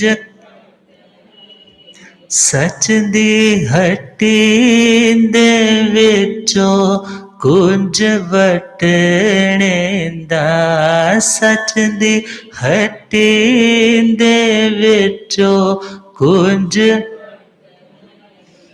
करी सच्चा सौदा न खावे धोखा न करे उधार बंदया करी सच्चा सौदा न खावे धोखा न करे उधार बंदया झूठे नाते ते झूठे रिश्तेदार बंदया झूठे ते झूठे रिश्तेदार बंदया हो याद रख ले नहीं होना बेड़ा पार बंदया हो याद रख ले नहीं होना बेड़ा हो याद रख ले नहीं होना बेड़ा। हर व्यक्ति अपनी अपनी मान्यता के अकॉर्डिंगली धर्मस्थान मंदिर गुरुद्वारे स्थानक में जाता है, मगर क्या लिखा मंदिरा च जावे ते टल खड़कावे ते पुल बख्शावे सुनावे मंदिरा च जावे ते टल खड़कावे ते पुल बख्शावे सुनावे जे तू दुखिया दे दिला नो दुखावेगा जे तू दुखिया दे दिला हक दूजे दा लैके मुस्कावेगा हक दूजे दा लैके मुस्कावे फिर हो जानी ए रब दे कर भी हार बंदया फिर हो जानी ए रब दे कर भी हार हो याद रख ले नहीं होना बेड़ा पार बंदया हो याद रख ले नहीं होना बेड़ा कादा करना है माने ता झूठा है जहान कर प्रभु दाते आनन दान तू कादा करना है माने ता झूठा है जहान कर प्रभु दाते आनन दान तू तेरे चार दिना दे जिंदगानी तेरी चार दिना दे जिंदगानी सदा रहनी ना तेरे ते जवानी सदा रहनी ना तेरे ते लटक लगा के प्रभु नाम दी तू हो जा पार बंदया लटक लगा के प्रभु नाम दी तू हो जा पार बंदया हो याद रख ले नहीं होना बेड़ा पार बंदया हो याद रख ले नहीं होना बेड़ा जगते वियाक जिकिता ना उपकार बंदया जगते वियाक जिकिता ना उपकार बंदया हो याद रख ले नहीं होना बेड़ा पार बंदया हो याद रख ले नहीं होना बेड़ा पार बंदया हो याद रख ले नहीं होना बेड़ा पार बंदया। तो अब अपनी नैया गुरुदेव को सौंपे और जैसे चलाएं वैसे चलने का अभ्यास करें। सबके लिए यह नव वर्ष मंगलमय हो, आनंदमय हो, शांतिमय हो। इन्हीं मंगल कामनाओं के साथ ओम शांति।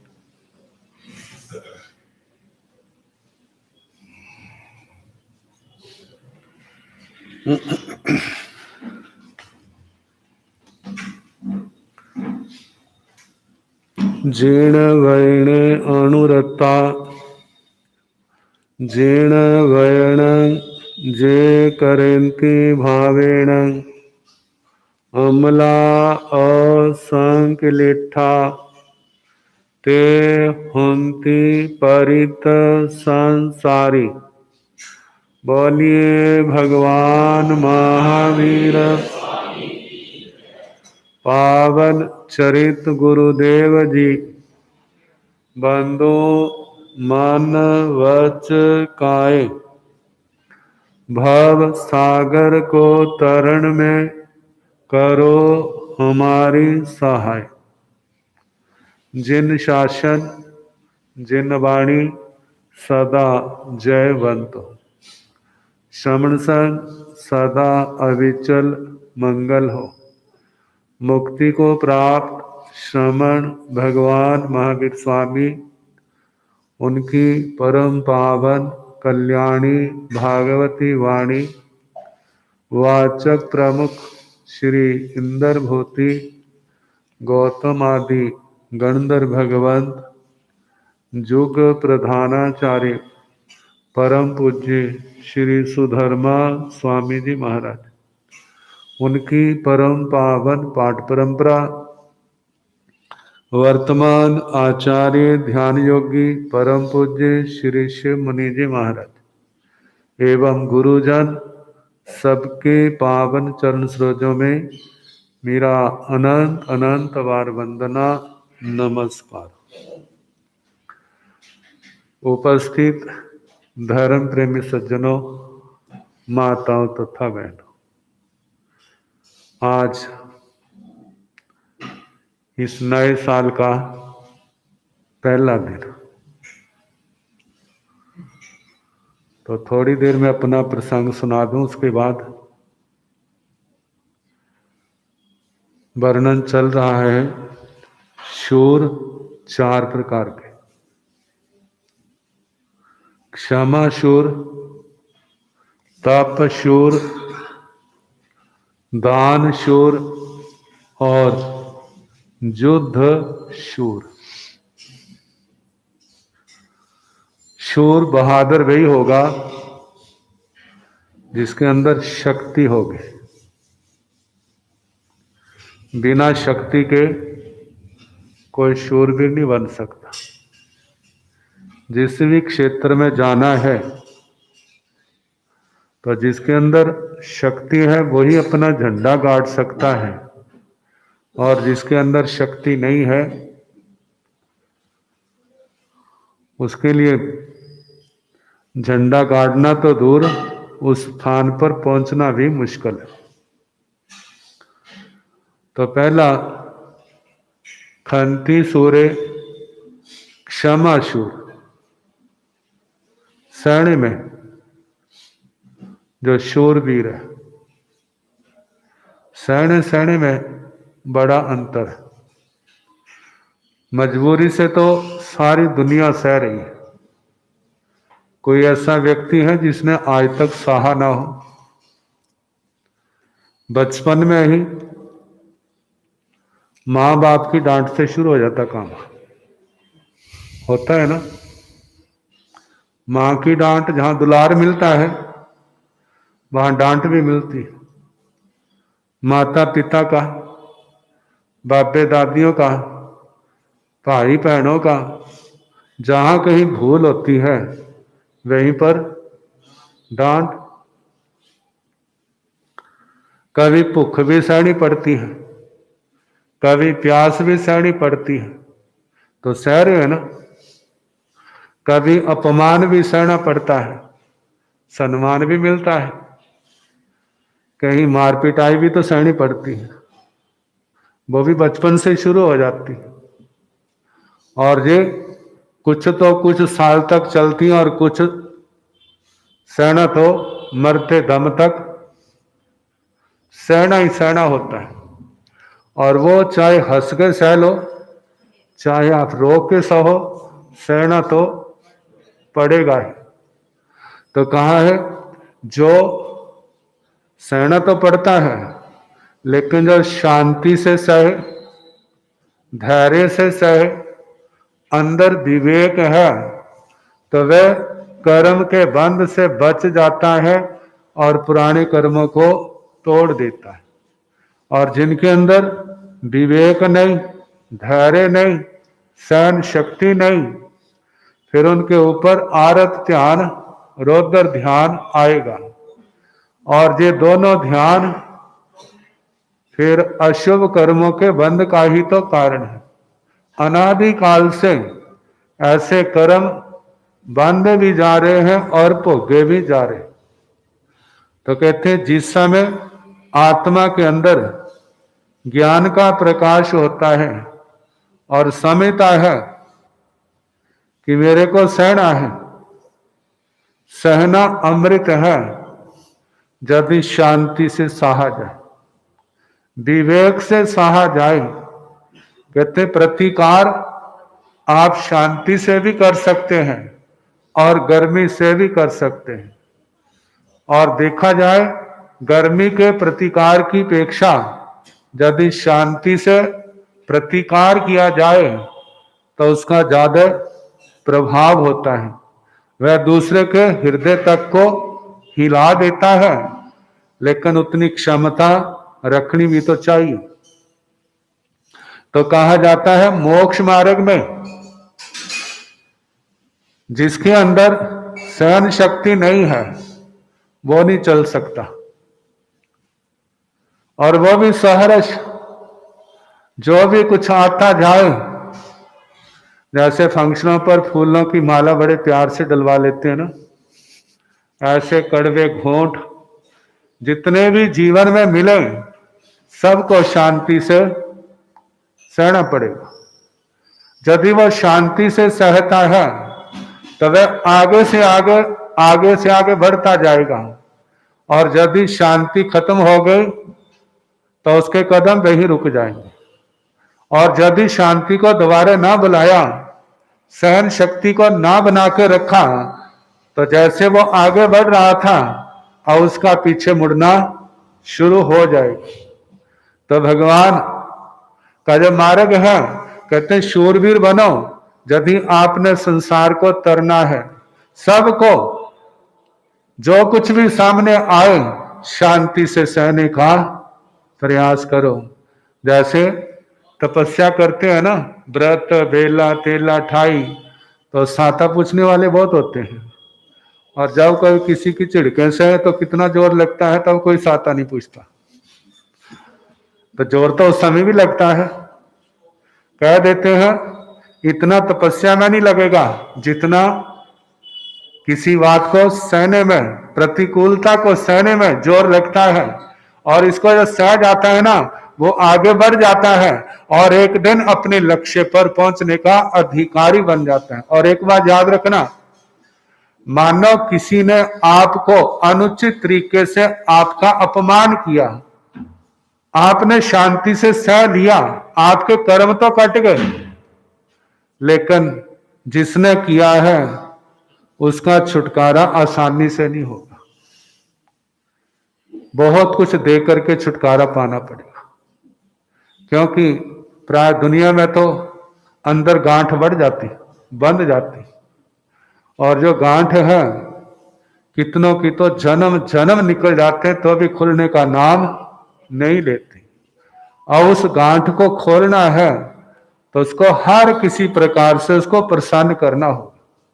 जब तक वो प्रसन्न नहीं ना होगा तो उसकी गांठ खुलेगी नहीं। जब तक गांठ खुलेगी नहीं, जैसे शरीर के अंदर कांटा कहीं भी धंस गया है वो उसको शांति से बैठने नहीं देगा। ऐसे जे भी कर्म की गांठ जो है दूसरे ने बांधी है, जब जब उसको मौका लगेगा वो उसका क्या करेगा, प्रतिकार करेगा। तो इसलिए कहा जाता है हर बात सोच समझ के करो। यदि आपने कोई ऐसा किया है तो याद रखना वो घटना आपको जन्म जन्म में प्रभावित करेगी। और यदि आपने शांति से सह लिया है तो आपके तो कर्म कट गए, लेकिन दूसरे की परेशानी शुरू हो जाएगी। भगवान तो कहते हैं सबका मंगल चाहो। हमारा सबसे बड़ा सूत्र जो है ना शास्त्र द्वादशांगी वाणी है। मैं सोचता हूं सारे आगमों का सार एक गाथा के अंदर। आप कहेंगे वो गाथा कौन सी है? कौन कौन सुनना चाहेगा? बोलो। जो सुनना चाहते हैं हाथ खड़े करोगे। देखा देखी ना करना, जो अंतःकरण से कहते हैं वो गाथा आप नहीं जानते, ऐसी बात नहीं, आप जानते हैं। प्रतिक्रमण के अंदर जब 24 बोलते हैं ना, उस समय खामे में सभ्य जीवे सभ्य जीवा ख मंतु में मिट्टी में सब भुएसु बेरम मज्जन न के नहीं। कहते किसी ने कितने शास्त्र क्यों नहीं पढ़ लिए, यदि जे गाथा आत्मसात नहीं होती तब वो भगवान की वाणी का आराधक नहीं हो सकता। चाहे कितना बड़ा साधक क्यों ना हो, यदि जो नहीं, जहां तक है किसी ने हमारा गला भी काटा है ना, तो उसके प्रति भी यही भाव आएंगे, आने चाहिए। मैं सबको क्षमा करता हूं। उसने तो गला काटा, लेकिन अंदर से जिसका कट रहा है उसके अंदर क्या भाव आने चाहिए? मैं इसको क्षमा करता हूं। इसने मेरा गला काटा है तो इसका मतलब क्या? मतलब मैंने भी इसका गला काटा होगा, इसलिए जो बदला ले रहा। भाई जो तूने मेरा गला काटा उसकी तो मैं तेरे को क्षमा करता हूं। जो पूर्व जन्म में मैंने तेरा गला काटा था उसकी मैं क्षमा मांगता हूं। मैं सबको क्षमा करता हूं, सारे मेरे को क्षमा करें। कहते क्षमा तो मांगी नहीं, तो इसको बीच में जैसे पहला अक्षर लगा देते हैं, आखिरी अक्षर लगा देते हैं, तो बीच का अक्षर सारे समझने वाले जानते हो, समझ जाते हैं। मैं सबको क्षमा करता हूं, सबसे क्षमा मांगता हूं, सारे मेरे को क्षमा करें। अगली बात, मिट्टी में सब भुएसु, जितने भी संसार के प्राणी हैं सबके साथ मित्रता। लेकिन आप जानते हैं, आप औरों को तो, जिनको आप नहीं ना जानते हो उनको तो क्षमा कर दोगे, लेकिन घर वालों को नहीं करोगे। क्यों भला? क्योंकि रोज ही टकराव होता है, और रोज के टकराव के कारण से हृदय अच्छी तरह बिंदा होता है। जब बिंदा होता है, कहते भाई समस्या आई, खिमत खमाना कर लो। कहते खिमत खमाना करता हूं। कहते सबसे तो कर लिया, उससे भी कर ले। कहते उससे तो 7 जन्म भी ना करूं। कहते फिर 7 जन्म भी नहीं करेगा तो समझना 7 जन्म तेने और बढ़ा दिए। कितने बढ़ा दिए? 7 जन्म और बढ़ा दिए। और यदि 7 जन्म के बाद कर लिया ना, फिर तो ठीक है, नहीं किया तो ये यात्रा ऐसी होगी जिसका अंत नहीं आए। कहते हैं जे मीठा अमृत नहीं है, जे कड़वा अमृत है। इसको पहले पीना भी मुश्किल है और उसके बाद पचाना भी मुश्किल है, लेकिन जिसने पी लिया, पचा लिया, उसकी जन्म जन्म की बीमारियां क्या हो जाएंगी? खत्म हो जाएंगी। कहते कर्म बंधन तोड़ने का रास्ता कौन सा है? जो भगवान ने इस गाथा के माध्यम से सारा संक्षेप में बता दिया। कहते हैं अभीची कुमार व्रतधारी श्रावक अंतिम समय 15 दिन की संलेखना आई, से कीमत कमाना हो गया, लेकिन बापू के साथ नहीं हुआ। किसके साथ?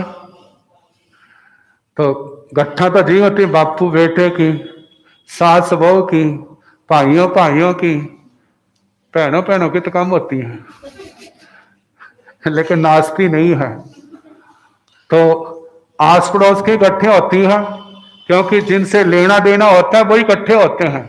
जिनसे लेना देना कुछ नहीं है तो वो पास में नहीं आते, आते हैं आकर के चले जाते, कोई प्रभाव नहीं पड़ता। लेकिन जिनसे लेना देना होता है उनके साथ फिर दुनिया का व्यवहार चलता है। कहते हैं जो रास्ता वीरों का है, महावीरों का है, कायरों का नहीं। आगम के अंदर एक शब्द वाक्य आता है, पणया वीरा महावीही। जे महामार्ग है कौन? मोक्ष मार्ग। इस पर कौन चलते हैं? वीर। इस मार्ग पर तीर्थंकर भगवान चले, इस मार्ग पर चक्रवर्ती भी चलते हैं, चक्रवर्ती का राज छोड़ करके बलदेव भी चलते हैं। बड़े बड़े राजे महाराजे सेठ सेनापति छोटे से लेकर बड़े तक जिनकी आत्मा जाग जाती है वो इस मार्ग पर चलते हैं। इस मार्ग पर चलने का मतलब ये थोड़ा पैरों से चलना है, इस मार्ग पर चलना आत्मा से है, मन से है। जिसने अपने इस अंदर की गंदगी को साफ कर दिया उसका चलना सफल हो गया, और जिसने गंदगी को बढ़ाया है, बैर विरोध को बढ़ाया है, 18 पापों को बढ़ाया है, वो चलना नहीं है। 18 पापों का परित्याग इस मार्ग पर चलना है। और इस मार्ग पर आकर पुनः 18 पापों का सेवन नहीं करना। वो क्या है? जितना इससे 18 पापों से बचेगा, तप में जितने कदम उसके आगे बढ़ेंगे उतने उसके कदम आगे बढ़ेंगे। और यदि इससे पीछे हटेगा, आरंभ समारंभ 18 पापों में चलेगा, तो उसका क्या होगा? उसके कर्म बन संसार से मोक्ष की ओर नहीं, उसका संसार की ओर गति होगी। तो बताया है मैं सबको क्षमा करता हूं, सबसे क्षमा मांगता हूं, और सारे मेरे को क्षमा करें। फिर उसके बाद मेरी सबसे मित्रता है, मेरा कोई शत्रु नहीं, बेरम मज्जंग न के नहीं, मेरा किसी के साथ बैर नहीं। लेकिन गट्ठा गाड़ी होती है ना, कहते बड़ा टेढ़ा काम है शत्रु को कहना भाई मैं तेरे से क्षमा मांगता हूं।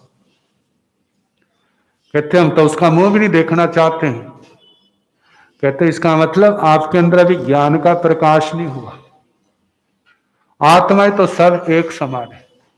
किसके समान है? परमात्मा का रूप। आत्मा के अंदर परमात्मा कोई अलग थोड़े होता है।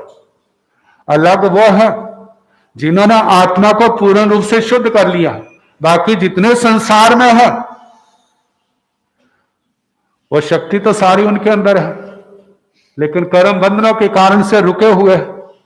जो कर्म बंधन टूट गए तो वो परमात्मा में, उसमें क्या अंतर होगा? कोई अंतर नहीं होगा। कहा इन अंतरों को मिटाना है। ये अंतर कैसे मिटेंगे? हमारी सूझबूझ से, हमारी शांति से, हमारे विवेक से। भगवान ने हमारा मार्गदर्शन किया है। कहते कम से कम अच्छा कल्पना करो, आप उससे माफी नहीं मांग सकते, कोई बात नहीं, रुक जाते हो, लेकिन इतना कर सकते हैं आपने उसका बुरा नहीं सोचना। क्या नहीं करना? उसका बुरा नहीं सोचना, पहली बात। दूसरी बात, आप प्रार्थना करो हे भगवान उसका भी भला हो। क्या प्रार्थना? हे भगवान उसका भी भला हो। आपके अंदर ताकत आएगी, उसका क्या हो जाएगा? वो गांठ ढिल्ली पड़ जाएगी। भावना से, भावना की ताकत बहुत है। प्राय करके आप देखते ना, जिसकी आपने एकांत में किसी के आगे निंदा की है, जब मन के द्वारा उसका बुरा सोचा है, और जब वो व्यक्ति आपके सामने आएगा ना, तो देख लेना आपकी आंखें नीवी हो जाएंगी। कभी महसूस कर लेना, आपके अंदर उत्साह नहीं होगा। कारण क्या? वो पाप आपके अंदर बैठा है। यदि आप क्षमा याचना कर लेते हैं और जे संकल्प करते हैं जे भी मेरा मित्र है, मैं इसका भला सोचता हूं, जो मैंने के द्वारा या कैसे भी इसको बुरा बोला, मैं उसका प्रतिक्रमण करता हूं, मैं उसकी क्षमा याचना करता हूं, आपकी वो शंका क्या हो जाएगी, मिट जाएगी। तो पहली बात, मैं उसका बुरा नहीं सोचूंगा, बुरा नहीं बोलूंगा, बुरा नहीं करूंगा, और क्या सोचूंगा, भला सोचूंगा, भला बोलूंगा, भला करूंगा।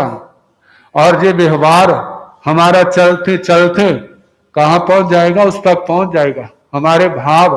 और जब भाव वहां पहुंचेंगे तो जैसे दवाई अंदर जाती है तो वो इलाज करती है, रोग को ठीक करती है, और उसकी भावनाएं क्या हो जाएंगी, हमारे प्रति जो क्रूर होंगी वो ठीक होने लग जाएंगी।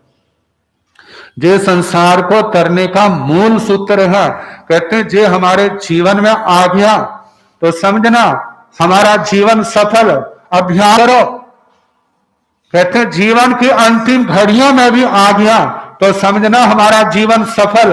और यदि नहीं आ तो जे तो जीवन सफल नहीं हुआ, लेकिन भावना रखी तो आगे जाकर के आपको ये भाव आ सकते हैं। भाव रखेंगे तो आएंगे, भाव रखेंगे नहीं तो आएंगे कहां से।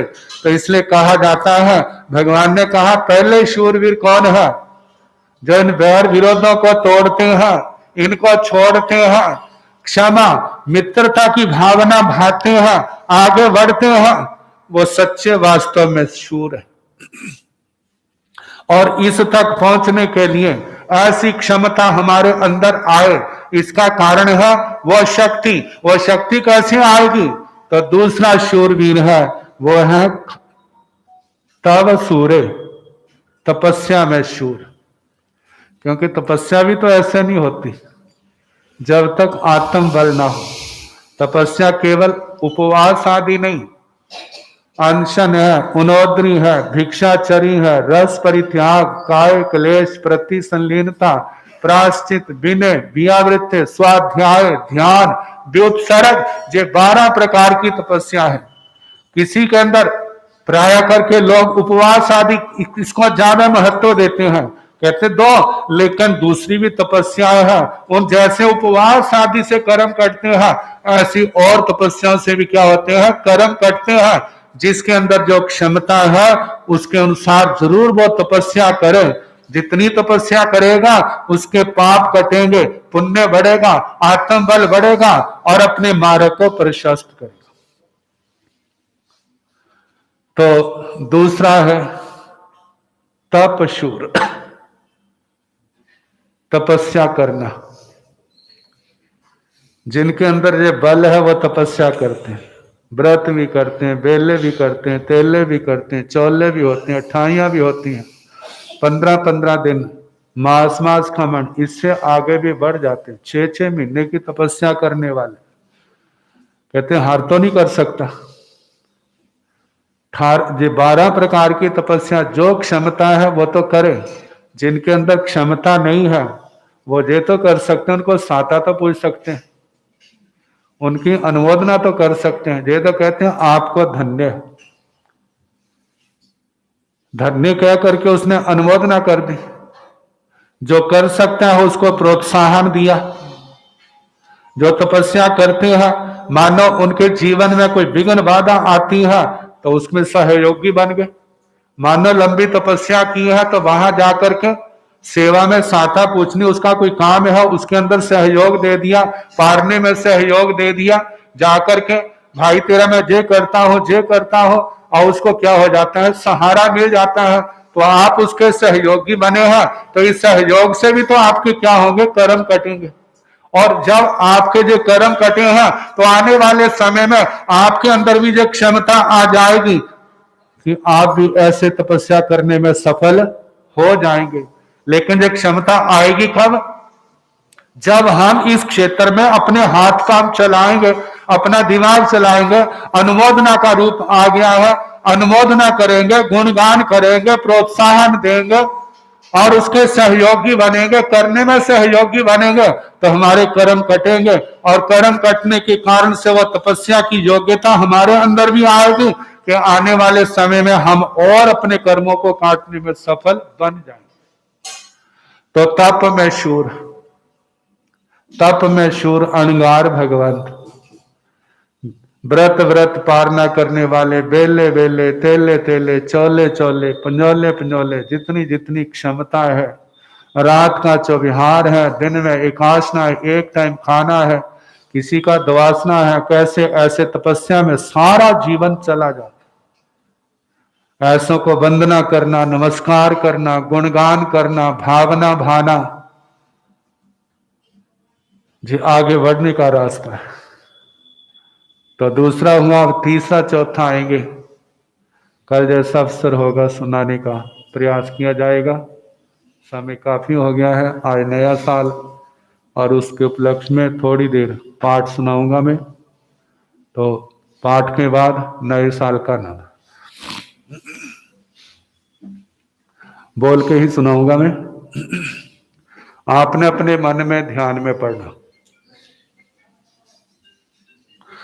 नमो अरिहंताण, नमो सिद्धाण, नमो आर्याण, नमो वज्रायाण, नमो लोये संसाहुण, एसो पंच नमोकारो सब पावपण सण मंगलानंद सम्मे सिंह परमं हवै मंगलम्। नमो अरिहंताण, नमो सिद्धाण, नमो आर्याण, नमो वज्रायाण, नमो लोये सब साहुण, नमो अरिहंताण, नमो सिद्धाण, नमो आर्याण, नमो वज्रायाण, नमो लोये सब साहुण, नमो अरिहंताण, नमो सिद्धाण, नमो आर्याण, नमो वज्रायाण, नमो लोये सब साहुण, नमो अरिहंताण, नमो सिद्धाण, नमो आर्याण, नमो वज्रायाण, नमो लोये सब साहुण, नमो अरिहंताण, नमो सिद्धाण, नमो आर्याण, नमो वज्रायाण, नमो लोये सब साहुण, नमो अरिहंताण, नमो सिद्धाण, नमो आर्याण, नमो वज्रायाण, नमो लोये सब साहुण, नमो अरिहंताण, नमो सिद्धाण, नमो आर्याण, नमो वज्रायाण, नमो लोये सब साहुण, नमो अरिहंताण, नमो सिद्धाण, नमो आर्याण, नमो वज्रायाण, नमो लोये सब साहुण, नमो अरिहंताण, नमो सिद्धाण, नमो आर्याण, नमो वज्रायाण, नमो लोये सब साहुण, नमो अरिहंताण, नमो सिद्धाण, नमो आर्याण, नमो वज्रायाण, नमो लोये सब साहुण, एसो पंच नमोकारो सब पावपणासनो मंगलानं च सम्मे सिंह परमं हवै मंगलम्।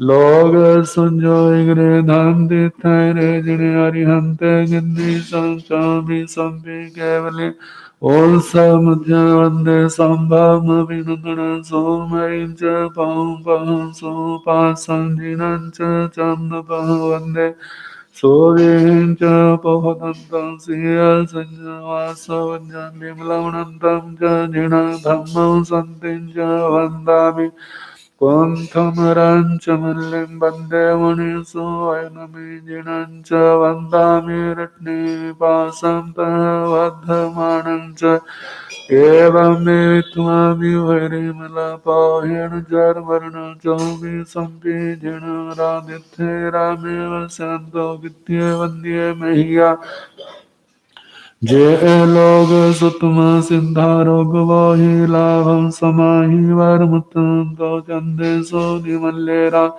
आयचे सो हियं पयासैरा सागर वर्गमीरा सिद्धा सिद्धि माउनि संतो लोग सुन्योय ग्रे धाम दिथेरे जने अरिहंते गिन्नी संजोमि संपि केवलियो समझोन्दे संभव विनंदन सोमयं च Pom paha so pasang jinancha chandapaha vande so vihincha pohadantam siyal sanya savanyan Bimlavanantam cha jina dhammam santim cha vandami kontamaram cha mallim vande maniso ayanami jinancha Vandami ritne pasantah vadhamanam cha evam me vitvami vairimala payena jarmarna Chovi sampi jina radithe rame vasyanto gitye vandye mehi aje loga sutma siddha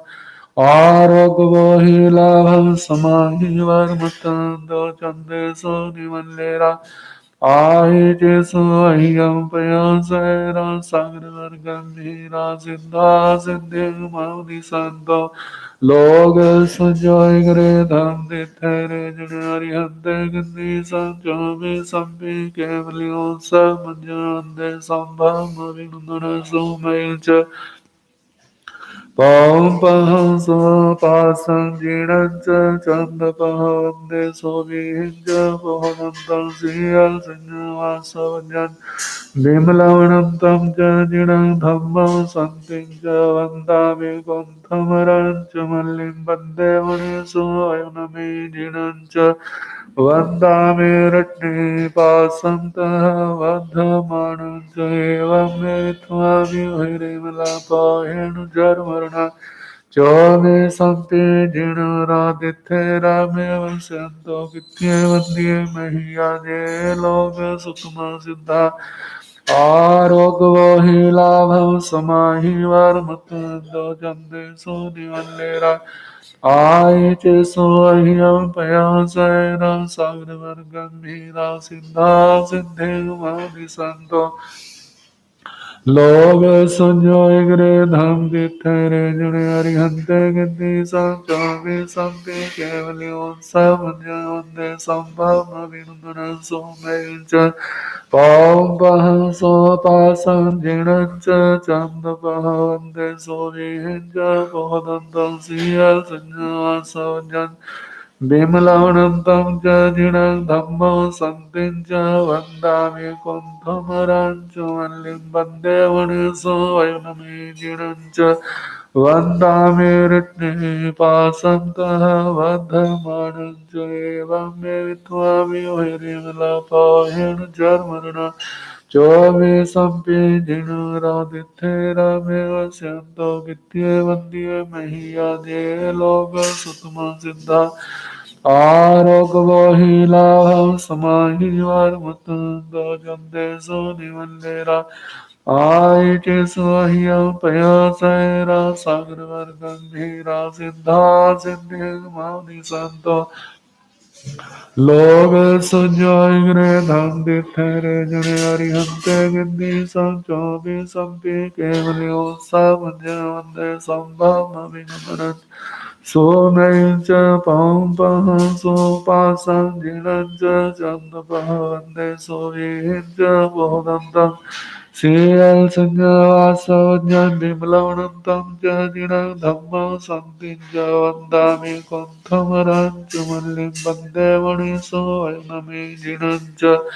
Vandami ritne pasantah vadhamanam cha evam me vitvami virimala pahena jarmarna Chome sampi jinam radithe rame vasyanto gitye vandye mahiyaje loga sutma siddha Arogvahi labham samahi varmatando chande so nivallera Aiche so ahyam payasera sagra gambhira siddha siddhi mani santo Om Sagara Pasam Pasam Vandami Kam Dharmakam Visar Visnina Samangal Kalana Samisar Palingvantang Kanthe Dhare Jo Sevamanvo Tasgaharo Gamari Duttayara Jantayo Samam Chitthav Dure Manta Tuja Pranamavi Baho Phalo Inartriye Suvijiva Pavantine Dugdo Gachanto Smathe Ladhe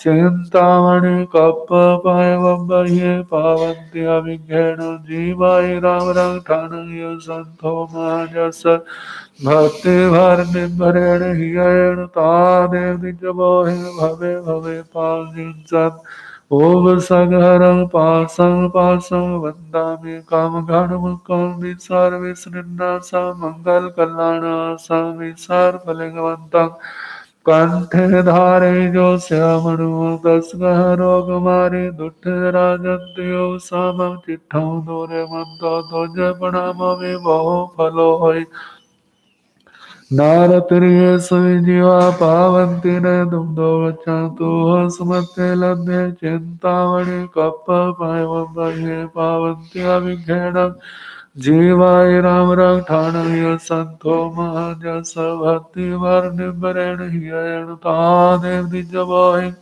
भवे भवे पाजनो सघरं पासं वन्दामि कामघानमुखं विसर्विस्निन्दासं मङ्गलकल्याणं विसर्पलिङ्गवन्तं कण्ठे धारे जो श्यामणो तस्करो कुमारी दुष्ट राजन्त्यो सामं चिट्ठौ दूरे मन्तो तुझ प्रणाम में बहु फलो होय नारत्रिय सुविजीवा पावन्ति न दुग्धो गच्छन्तु स्मते लब्धे चिंतामणि कप्प पायवये पावन्ति अभिघ्नेन जीवाय राम रंग संतो महाजस भक्ति भर निभरेण हियेण तादेव निजमोहि भवे भवे पाजनो सघरं पासं वन्दामि कामघानमुखं विसर्विस्निन्दासं मङ्गलकल्याणं विसर्पलिङ्गवन्तं कंठे धारे जो श्यामणो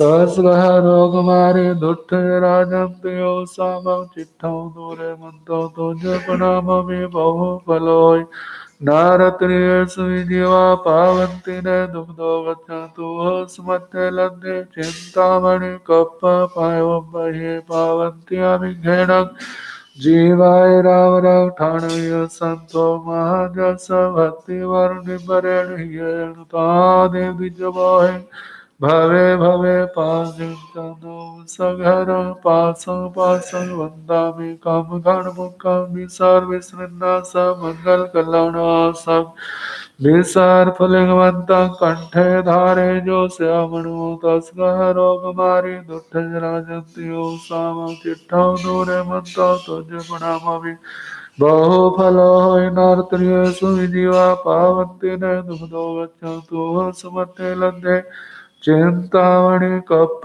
पायवये पावन्ति अभिघ्नेन जीवाय राम रंग संतो महाजस भक्ति भर निभरेण हियेण तादेव निजमोहि भवे भवे पाजिंचन भवे भवे पाजिंचन मंगलं भगवान वीरो मंगलं गौतम प्रभु मंगलं स्थूलभद्रादिया जय धर्मस्तु मंगलं सर्वमंगल मांगल्यं सर्वकल्याण कारणं प्रधानं सर्वधर्माणां जैनं जयति शासनं कल्याण पाद पाराम श्रुत गंगा हिमाचलं विश्वाम्भोजरविंदेवं वंदे श्री ज्ञातनंदनं दानण सेठं अभिप्याण सच्चे सुवर्ण वज्रं व्यान्ति तवे सुवा उत्तमं ब्रह्मचेरं लोकोत्तमे समणे नाय पुत्रे देव दानव गंधर्वा झख रख सकिन्नरा ब्रह्मयानि नवंसन्ति दुःखरं ज करन्ति तं चैता हर हवासन चक्रवर्ती महिड्यो संति संति करे लोय पत्तो गई मुनुत्रं धम्म मंगल मुकिठं अहिंसा संयम तवो देवा वितं नमस्सन्ति जस धम्मे श्यामणो जस धम्मे श्यामणो। आज 2021 1 जनवरी शुक्रवार के दिन प्रारंभ हो रहा है। सबने धर्म ध्यान ज्ञान प्राप्ति का ध्यान रखना। साल आते हैं चले जाते हैं, लेकिन इस समय के अंदर हमारा कर्म अच्छा है तो साल की शोभा हो जाती है, आत्मा की शोभा हो जाती है। यदि कर्म बिगड़ता है तो वो साल भी, अपना भविष्य भी बिगड़ जाता है। यथासंभव प्रयास करें, पाप से ज्यादा बचा जाए और धर्म कार्यों में अपने आप को ज्यादा से ज्यादा बढ़ाया जाए। गृहस्थ के लिए 4 बातें कही हैं: दान, शील, तप और भावना। अपनी कमाई में से कुछ ना कुछ ऐसा जरूर निकालें जिससे दूसरे के आंसू पूंछे जा सके, गिरते को सहारा दिया जा सके। शील का अर्थ ब्रह्मचर्य है। इसके साथ जितनी अच्छी बातें हैं उनको अपने जीवन में अपनाने का प्रयास किया जाए। ब्रह्मचर्य की आराधना सबसे बड़ा तप है, उत्तम तप है। जितना संभव हो सके ज्यादा से ज्यादा इसका पालन किया जाए। तपस्या, रात का चौविहार, नवकार सी, पौरसी, दोपहरी, एकासना, एकल ठाना, आयमिल, उपवास, जितना संभव हो सके तपस्या का भी ऐसा नियम न, हफ्ते में, 15 दिन में, महीने में इतनी तपस्या जरूर करूंगा, इसको भी अपने जीवन का अभिन्न अंग बनाए। चौथी बात, भावना। भावना हमारी शुभ हो, सबके प्रति मंगल भावना हो, कल्याण की भावना हो, किसी के साथ बैर विरोध की भावना ना पनपे, इस बात का ध्यान रखना। जो नया साल सबके लिए शुभ हो, कल्याणकारी हो, मंगलकारी हो, इन्हीं शब्दों के साथ ओम शांति शांति शांति। परसों 3 तारीख है, गुरु जी का पुण्य स्मृति दिवस। जो तो जहां है वो तो जय ही करे, और जो बाहर है, कोरोना के कारण से हमने किसी को निमंत्रण नहीं दिए, तो उनसे तो हमारा यही कहना है कि अपने अपने घरों में जितना संभव हो सकते ज्यादा से ज्यादा समायिकें, नवकार मंत्र का जप, तप जितना हो सके वो ज्यादा से ज्यादा करें। जहां पर 3 दिन का पाठ रखा है, आज तीसरा दिन है। नवकार मंत्र का दिन में बहनें लाभ लेती हैं और रात को भाई लाभ लेते हैं। कल सामूहिक आयमिलों का आयोजन है, जिसका धारणा जहां पर होगा और पारना स्कूल में होगा, तो सब ने ध्यान रखना ज्यादा से ज्यादा तपस्या हो। और परसों गुणगान सभा होगी और उसमें लाभ लेना, इन्हीं शब्दों के साथ। किसी का आज पचखान हो, आज के उपवास का